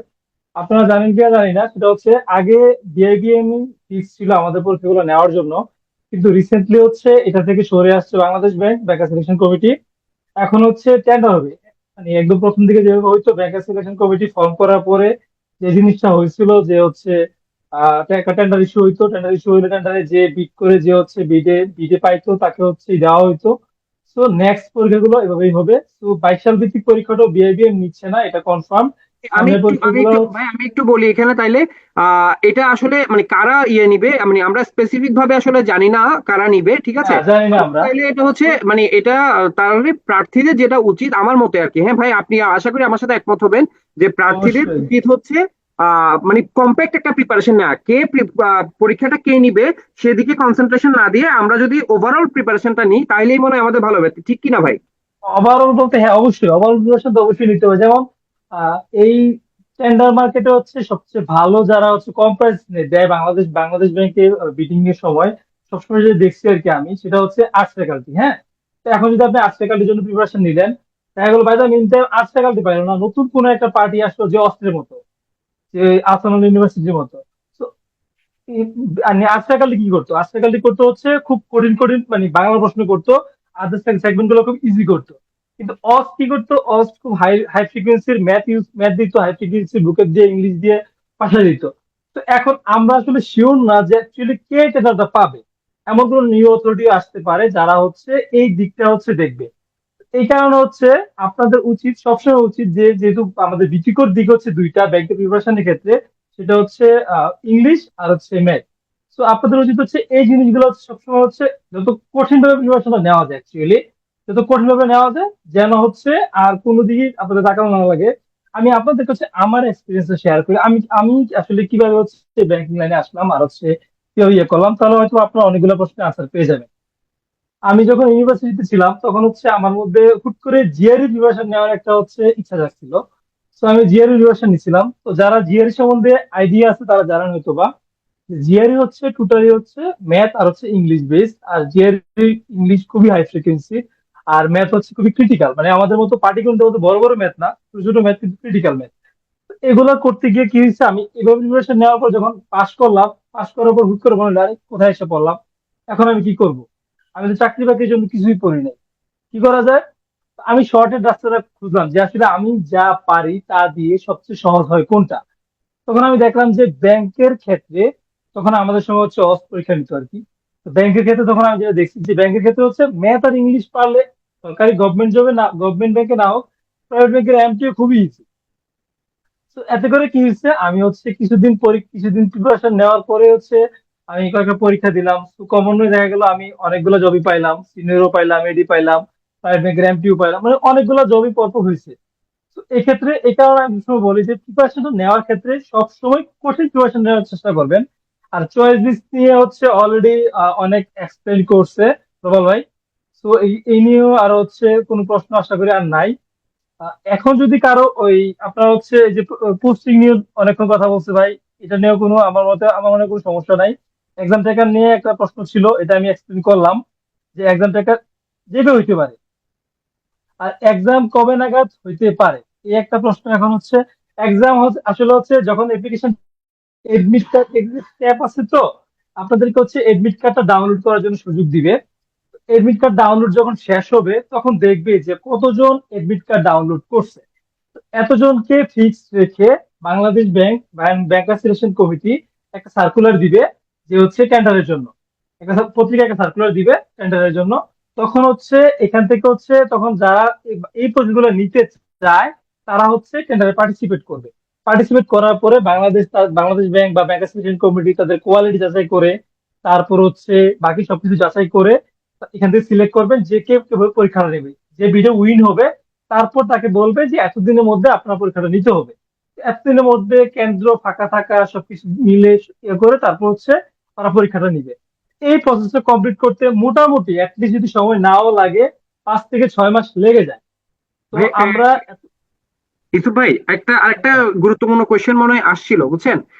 গুরুত্বপূর্ণ প্রশ্নটা হচ্ছে এই আপনার, ওনারা জানতে চাচ্ছিলেন এটার সাথেই এটার ইয়েতে সম্পর্ক একটা প্রশ্ন আর কি। এই যে ওনারা যে মানে প্রশ্ন পরীক্ষাগুলোতে অ্যাটেন্ড করবেন, হ্যাঁ, এই পরীক্ষাগুলোতে অ্যাটেন্ড করলে মনে করেন যে আজকে থেকে আমরা ধরে নিলাম যদি 6 মাস পরেও প্রিলি হয়, হ্যাঁ, 6 মাস পরেও প্রিলি হয় বা 8 মাস পরেও যদি প্রিলি হয়, হ্যাঁ, তো ওনারা যে প্রিলিটা অ্যাটেন্ড করবেন সে প্রিলি পরীক্ষাতে আপনার নেগেটিভ মার্কিং এর বিষয়টা আছে কিনা বা নেগেটিভ মার্কিং এর ইস্যুটা আছে কিনা, এই জিনিসটা একটু যদি ক্লিয়ার করে দিতেন প্রার্থীদের। এখন পর্যন্ত পরীক্ষা হওয়া সব পরীক্ষাতেই নেগেটিভ মার্কিং ছিল।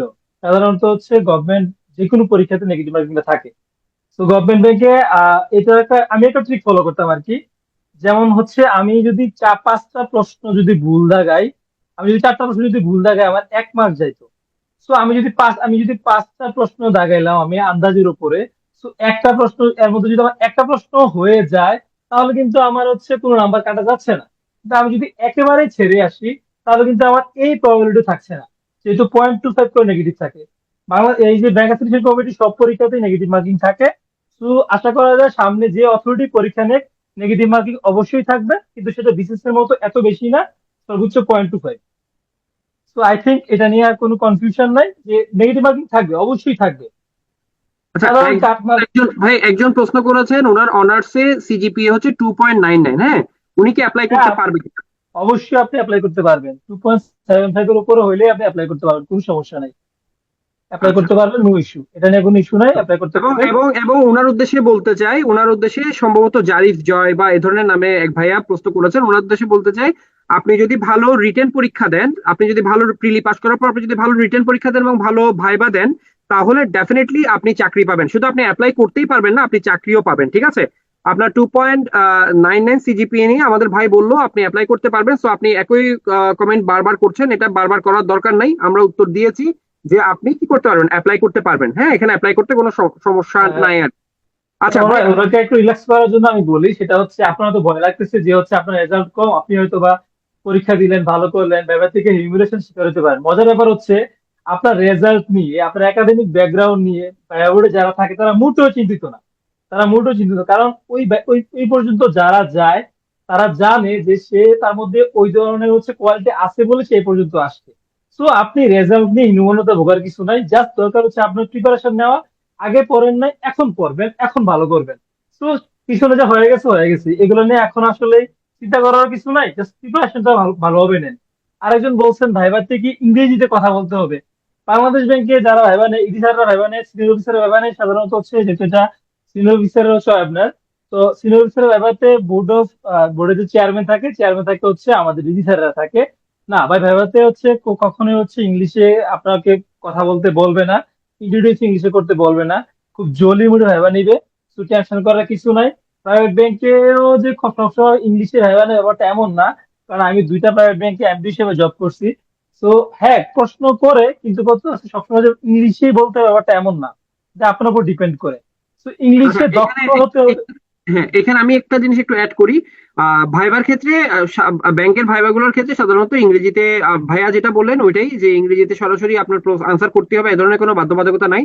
তবে আপনাকে যদি প্রশ্ন করা হয় ভাইবাতে হোয়াটস ইউর নেম, সেটা আপনার ইংরেজিতে উত্তর দেওয়াটাই ভালো আর কি। অর্থাৎ উনি যদি ভাইবা বোর্ডে যে স্যার বসবেন উনি যদি ইংরেজিতে প্রশ্ন করে তাহলে আপনি সর্বোচ্চ চেষ্টা করবেন যে প্রশ্ন পার্টিকুলার প্রশ্নটা ইংরেজিতে করা হয়েছে সেটার আনসারটা অ্যাটলিস্ট যাতে ইংরেজিতে দেওয়া যায়। তবে এটা নিশ্চিত তো থাকতে পারেন সবগুলো প্রশ্নে আপনার কি হবে না, সবগুলো প্রশ্ন ইংরেজিতে হবে না, বাট যদি কোনো প্রশ্ন ইংরেজিতে হয়ে যায় তবে আপনি সর্বোচ্চ চেষ্টা করবেন ইংরেজিতেই ওটার আনসারটা যাতে করা যায়। এটা আসলে সাধারণত কার্টিসির মধ্যে পড়ে আর কি। কেউ একজন আপনাকে ইংলিশে প্রশ্ন করলো, আপনি তো ইংলিশে উত্তর রাইট। এক্সপেক্ট করে যে হচ্ছে আপনি তাকে জন্য ইংলিশে আনসারটা দেন। এটা অ্যাকচুয়ালি সে দেখতে যাচ্ছে যে আপনি কতটা সচেতন, আদার পার্সন যে প্রশ্নটা করতেছে এটা শুনছেন কিনা ঠিকভাবে আপনি। সে আপনাকে প্রশ্ন করলো, আপনি জাস্ট আপনার মতো উত্তর দিয়ে দিলে, আসলে এই জিনিসটা সবাই পছন্দ করে না।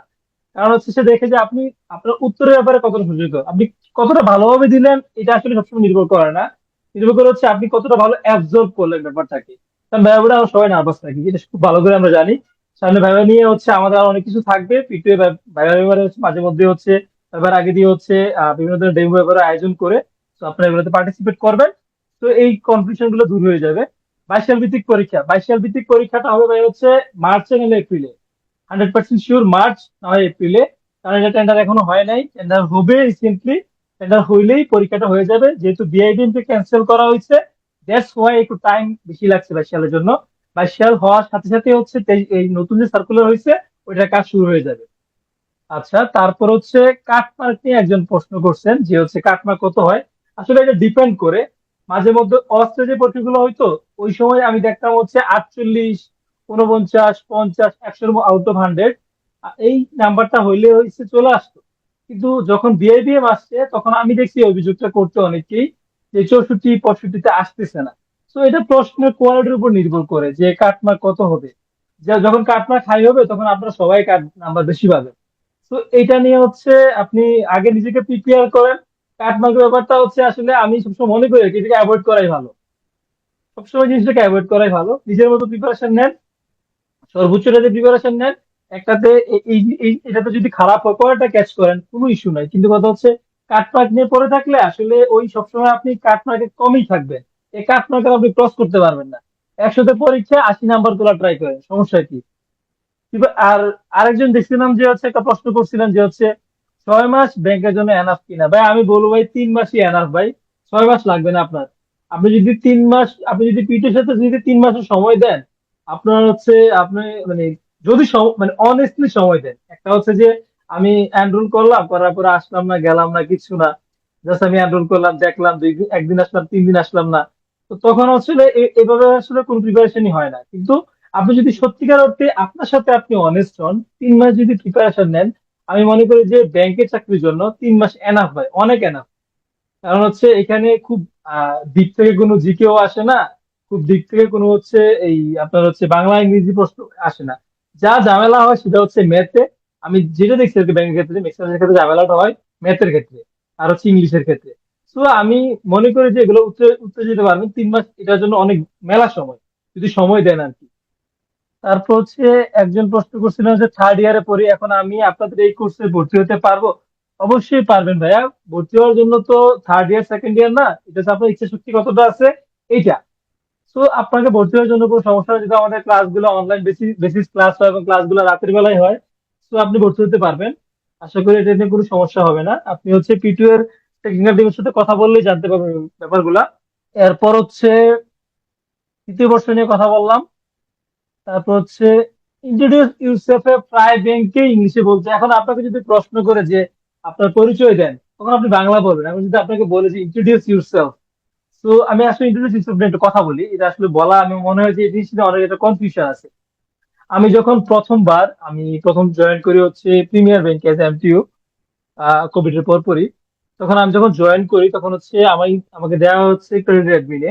তো ওইখানে জয়েন করার পরে ওইখানে ডিপার্টমেন্টাল যে হেড ছিলেন, আমি তার রুমে যাই, যাওয়ার পরে হচ্ছে সে আমাকে প্রশ্ন করে, যদিও আমি চাকরি পাইছি, জয়েন করছি, তখন উনি হচ্ছে আমাকে প্রশ্নটা করছে যে ইন্ট্রোডিউস ইউরসেলফ।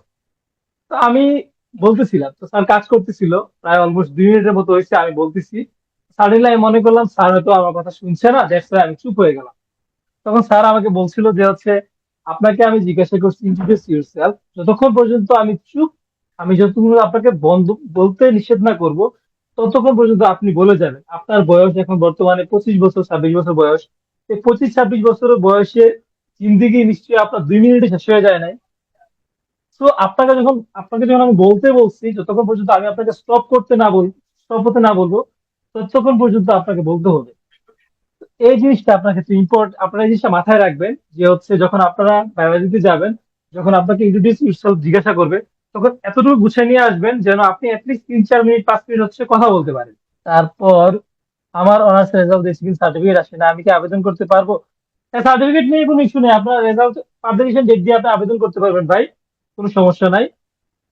ডাচ বাংলা ব্যাংকের প্রিলিমিনারি অ্যাসেসমেন্ট এক্সাম আছে, এক্সামে ভাই অবশ্যই কি কি ধরনের এক্সামের আপনি কাইন্ডলি একটু বলবেন যে হচ্ছে, জহুরুল ইসলাম বলবেন যে হচ্ছে এই অ্যাসেসমেন্টটা কি ডাচ বাংলা ব্যাংকে নিচ্ছে নাকি হচ্ছে কোনো এক্সাম অথরিটি নিচ্ছে। অনেক সময় হচ্ছে প্রিলিমিনারি যে অ্যাসেসমেন্টটা আছে এটা অনেক সময় হচ্ছে যে এক্সাম থেকে অথরিটি আছে এটা নেয়। ম্যাক্সিমাম ক্ষেত্রে কিছু কিছু ব্যাংকের এমটিউর ক্ষেত্রে আইবিএ এক্সাম নেয় এবং আইবিএ কাজটা করে। অনেকের ক্ষেত্রে হচ্ছে এফবিএস পরীক্ষা নেয়, এফবিএসি কাজটা করে। আবার অনেকের ক্ষেত্রে যেই ফ্যাকাল্টি নেই ফ্যাকাল্টি কাজটা করে। এখন যদি ব্যাপারটা ডিপেন্ড করে, কারণ হচ্ছে যখন যখন হচ্ছে কোন ফ্যাকাল্টি হচ্ছে আপনার ইয়া নেয়, প্রি অ্যাসেসমেন্টটা নেয়, তখন ওরা সবসময় হচ্ছে আপনার সাবজেক্ট বেসিস কোশ্চেন করে। আর যখন ব্যাংক অথরিটি নেয়, ওরা সবসময় ব্যাংক বেসিস কোশ্চেন গুলা করে। তখন প্রাইভেট ওই ব্যাংকের ডিটেলস গুলো জেনে যাবেন, ব্যাংকের হচ্ছে এমডি কি আছে, চেয়ারম্যান কি আছে, ব্যাংক এবছর প্রফিট কত করছে, তার ব্রাঞ্চ কয়টা আছে, তার পলিসি গুলা কি কি আছে, এই জিনিসগুলো জেনে যাবেন। আর বেস্ট অফ অল আপনার আপনার নিজের সম্বন্ধে অনেক কিছু জেনে যাবেন। এসএসসি এইচএসসি তে কত পয়েন্ট থাকতে হবে, এটার মিনিমাম বারটা সম্ভবত হচ্ছে 3 পয়েন্ট, আমি যতদূর জানি আর কি, বা 3 পয়েন্ট বা 2.7, 2.50 মনে হয়। এসএসসি এইচএসসি এর বারটা সম্ভবত 2.50। ম্যাথ কি অনেক হার্ড হয় ভাইয়া? হ্যাঁ, আগে যখন অস পরীক্ষা নিত তখন মজা হইতো, কারণ হচ্ছে অস 30টা ম্যাথ দিত, নাহলে 25টা ম্যাথ দিত। ওরা হচ্ছে মানে প্রচুর হচ্ছে ওরা মজা পাইতো মনে হয় আর কি, পোলাপান নেই খেলতে। ওরা 60 মিনিটের মধ্যে 30টা ম্যাথ দিত, কিন্তু এই ম্যাথ হচ্ছে কেউ যদি ট্রেডিশনাল হয়তো করতে যায়, সে 10টা ম্যাথ তো হচ্ছে দেখা গেছে 1 ঘন্টা সে ক্র্যাক করতে পারবে না। তো আমরা তো জানি না সামনে কে আসবে, তো হচ্ছে আমাদেরকে ওইভাবে প্রিপারেশন নেওয়া লাগবে। ঠিক আছে। আর এই প্রবাল ভাই মোটামুটি বাংলাদেশি রাইটারের অনেকের বইয়ের কথাই বললো, এগুলো তো দেখবেন। যদি পারেন আর কি, যদি আপনাদের মধ্যে যদি ওই ধরনের enthusiasm থাকে, তাহলে আপনারা ট্রাই করবেন যে আগারওয়াল ম্যাথ নামে একটা বই আছে, এটা করতে। আমি সবসময় সাজেস্ট করি যে আগারওয়াল ম্যাথটা ফলো করতে, কারণ এটা আমার one of the most favourite books till now. এই বইটাকে বিট করার মতো কোনো বই বাংলাদেশি চাকরি বাজারে এখন পর্যন্ত আসছে না, বিশেষ করে ব্যাংকে। তো আগারওয়াল ম্যাথটা ফলো করা ট্রাই করবেন, এটাকে ক্র্যাক করা ট্রাই করবেন। বাংলাদেশে যত ম্যাথের বই আছে সবাই হচ্ছে আগারওয়াল ম্যাথকে কপি করেই করছে। তো এটা ফলো করতে পারেন। ব্যাংকের প্রিপারেশনটা মেইনলি কিভাবে স্টার্ট করতে পারেন, স্টার্ট করা বেটার আমাদের সাথে পিটির সাথে স্টার্ট করতে পারেন। আশা করি যে হচ্ছে আপনার সব ধরনের প্রশ্ন এবং হচ্ছে ভয়ের ব্যাপারটা আছে, এটা দূর হয়ে যাবে। আসলে নিজে নিজে প্রিপারেশন নিতে গেলে হয় কি, এটা একটা খুব একটা আগানো হয় না আর কি, কম্পিটিশনও ক্রিয়েট হয় না। অনেক মানে হচ্ছে আজকে পড়লাম তো কালকে পড়লাম না, তো এই জিনিসগুলো হইতেই থাকে। তো এই আমাদের সাথে আসেন, আশা করি যে হচ্ছে আপনাদের সব ধরনের কনফিউশন এবং কিছু দূর হয়ে যাবে। ভিডিও একটা ফ্যামিলির মতো, এখানে আপনি ফ্যামিলির মতো ট্রিটমেন্ট পাবেন। 24 আওয়ার্স অ্যাকচুয়ালি ট্রিটমেন্ট পাওয়া, যখন যে সমস্যা সব প্রশ্ন সবকিছুর উত্তরে আপনি পেয়ে যাবেন। এমটিইউ আর আইবিএ নিচ্ছে। এখন আপনাদের ভাইবা আসলে কে নিবে, এমটিইউ কি নিচ্ছে অ্যাসেসমেন্ট জয়রুল? অ্যাপে দিয়ে ব্যাংকে অ্যাপ্লাই করা যায় না।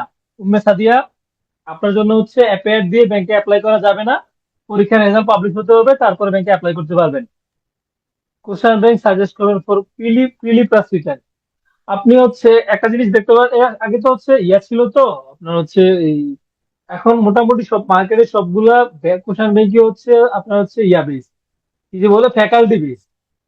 তো এক্ষেত্রে ইসিভালিরও কিছু বই আছে, ওগুলো দেখতে পারেন, কোশ্চেন ব্যাংক গুলো দেখতে পারেন। তারপর হচ্ছে আপনি ম্যান্টরস এর কিউব একটা দেখতে পারেন ম্যাথমেটিক্স এর জন্য। আহ বাজারে আপনার ফ্যাকাল্টি বেস সবগুলো কোশ্চেনে আপনি দেখতে পারেন, এগুলো দেখে দেখে হচ্ছে আপনি সলিউশন করতে পারেন।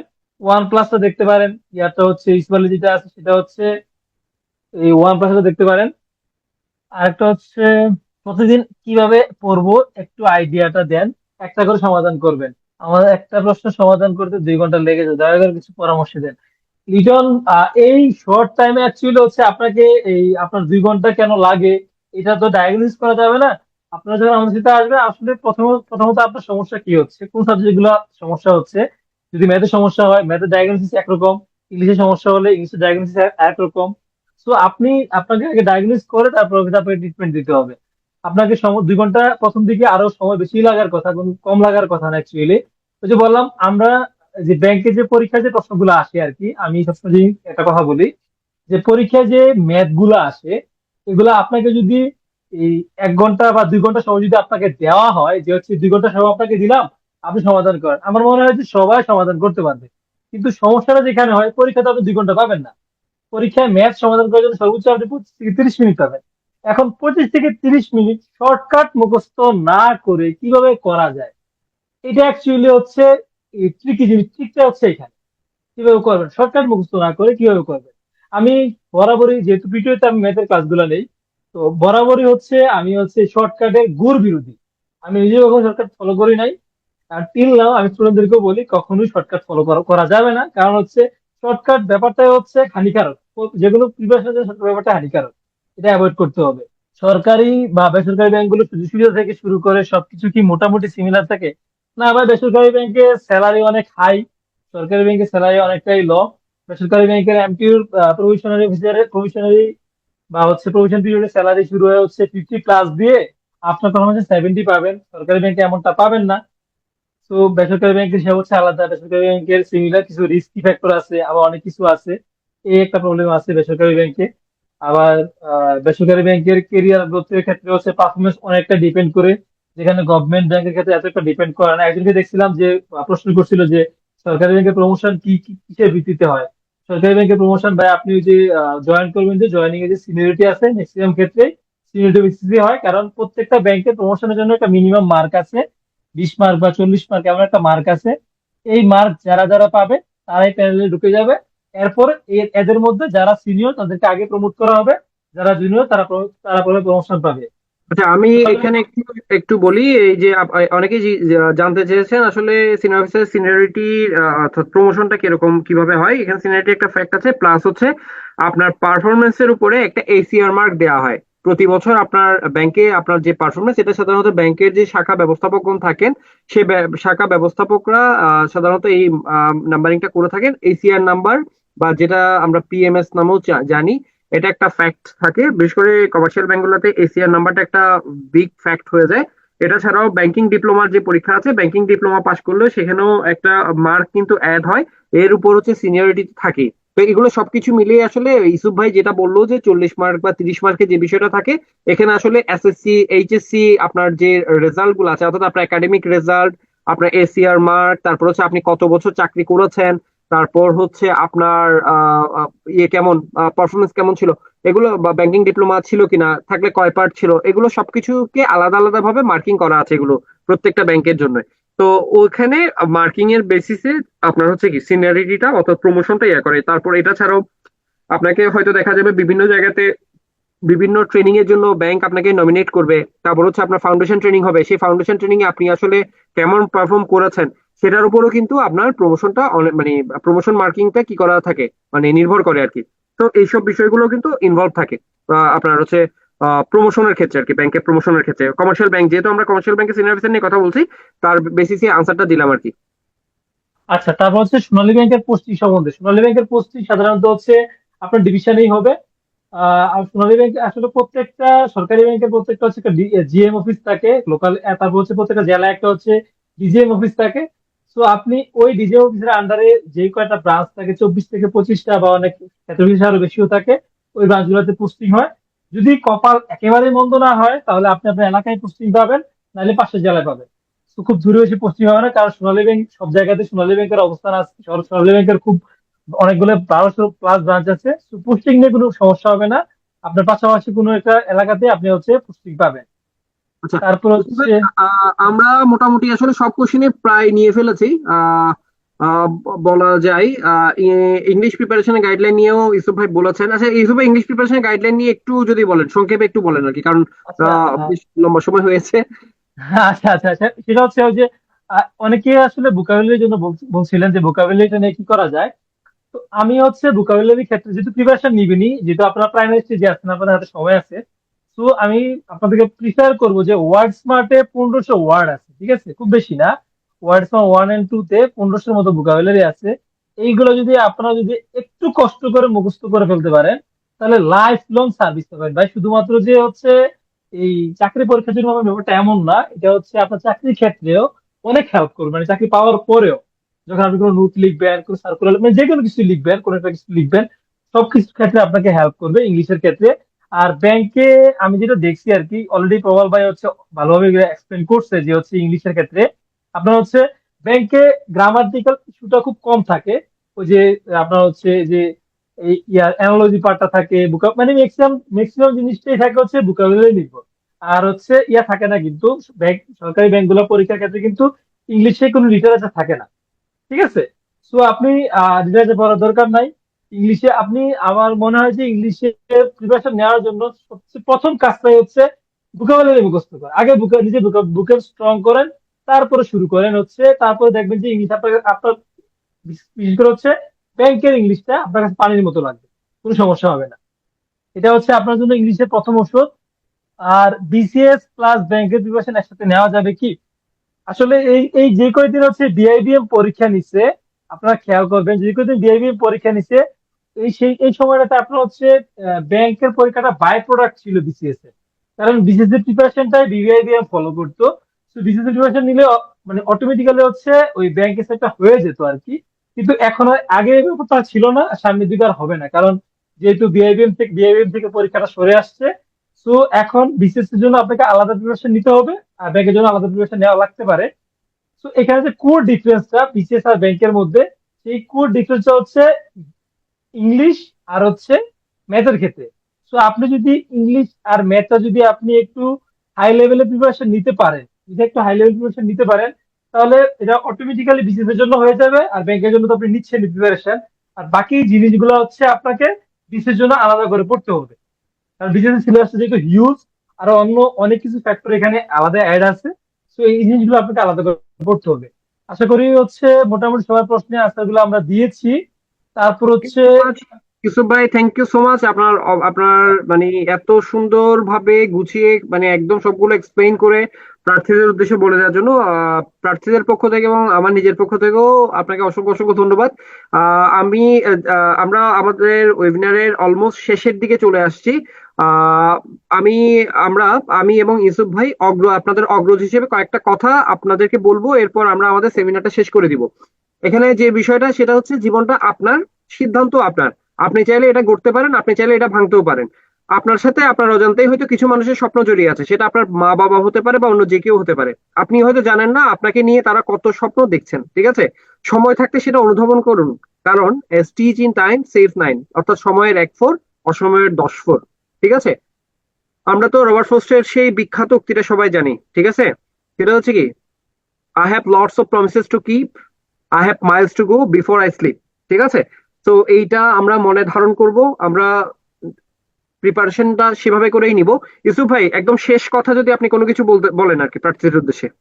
প্রার্থীদের উদ্দেশ্যে আমার কথা একটাই, যেখানেই পড়েন, যে কোচিং এ পড়েন, যেখানে পড়েন, পড়াশোনাটা আপনাকেই করতে হবে। তো আপনি পড়তে হবে, আপনাকে পড়তে হবে। এবং সেটা হচ্ছে, আপনি যদি মনে করেন যে আপনি হচ্ছে না পড়ে মানে হচ্ছে কোনো কিছু করে ফেলবেন, এটা কোয়াইট ইম্পসিবল। তো পড়াশোনাটা আপনাকে করতে হবে, মনোযোগ দিয়েই করতে হবে। তো আচ্ছা, বেস্ট অফ এখানে লাক। এখানে ইউসুফ ভাই একটা দেখেন, একটা প্রশ্ন আসছে যে আপকামিং কোর্স কি থাকতেছে, পিটু এর আপকামিং কোর্স কি থাকতেছে।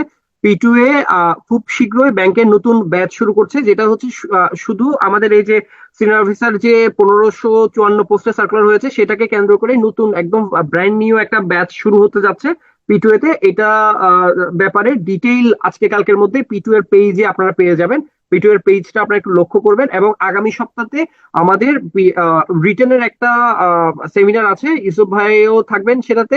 রিটেনের যে সেমিনারটা থাকবে সেই সেমিনারে আপনারা হয়তো ডিটেইল এটা জেনে যাবেন, আমরা আপনাদেরকে ডিটেইলে জানিয়ে দিব। এবং এই সপ্তাহের মধ্যে আমরা পিটু এর যে পেজ আছে সেই পিটু এর পেজে আপনারা নতুন কোর্স সম্পর্কে জেনে যাবেন।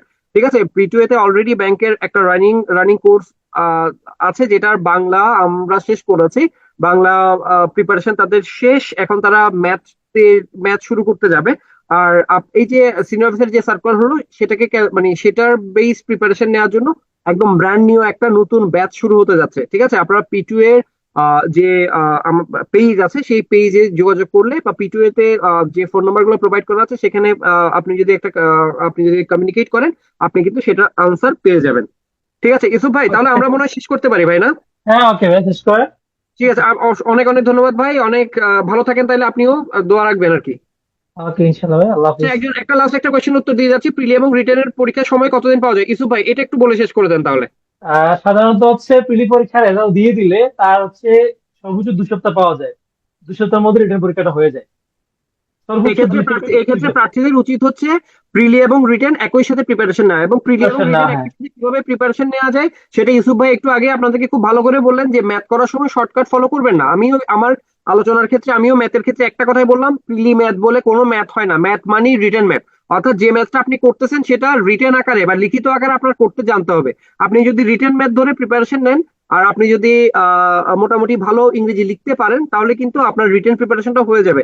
এবং এটা আপনি আপনি পিটুয়েতে ভর্তি হন বা না হন, আপনি যেখানেই থাকেন না কেন, যেখানেই পড়েন না কেন, ব্যাংকের প্রিপারেশন নেওয়ার ক্ষেত্রে প্রিলি এবং রিটেনের প্রিপারেশন কিন্তু অবশ্যই একসাথে নেবেন। কারণ প্রিলি রেজাল্ট হওয়ার ইউসুফ ভাই যেটা বললেন 15 থেকে 20 দিনের মধ্যে কিন্তু আপনার রিটেন পরীক্ষা দিতে বসতে হবে। সো ওভাবে করে আপনি নিজেকে প্রিপেয়ার করতে হবে। ঠিক আছে, তাহলে আমাদের সাথে যারা যুক্ত ছিলেন সবাইকে অসংখ্য অসংখ্য ধন্যবাদ। আমরা আশা করছি আপনাদের যাবতীয় যা প্রশ্ন ছিল তার উত্তর আমরা দিতে সক্ষম হয়েছি। আপনারা ভালো থাকবেন সবাই, পড়াশোনা নিয়মিত পড়াশোনা করেন। কোর্সের ডিটেইল পিটু এর যে পেজ আছে, পিটু এর পেজে পেয়ে যাবেন। আগামী সপ্তাহে রিটেনের যে ওয়েবিনারটা থাকবে সেটা দেখার আমন্ত্রণ রইল আপনাদের জন্য।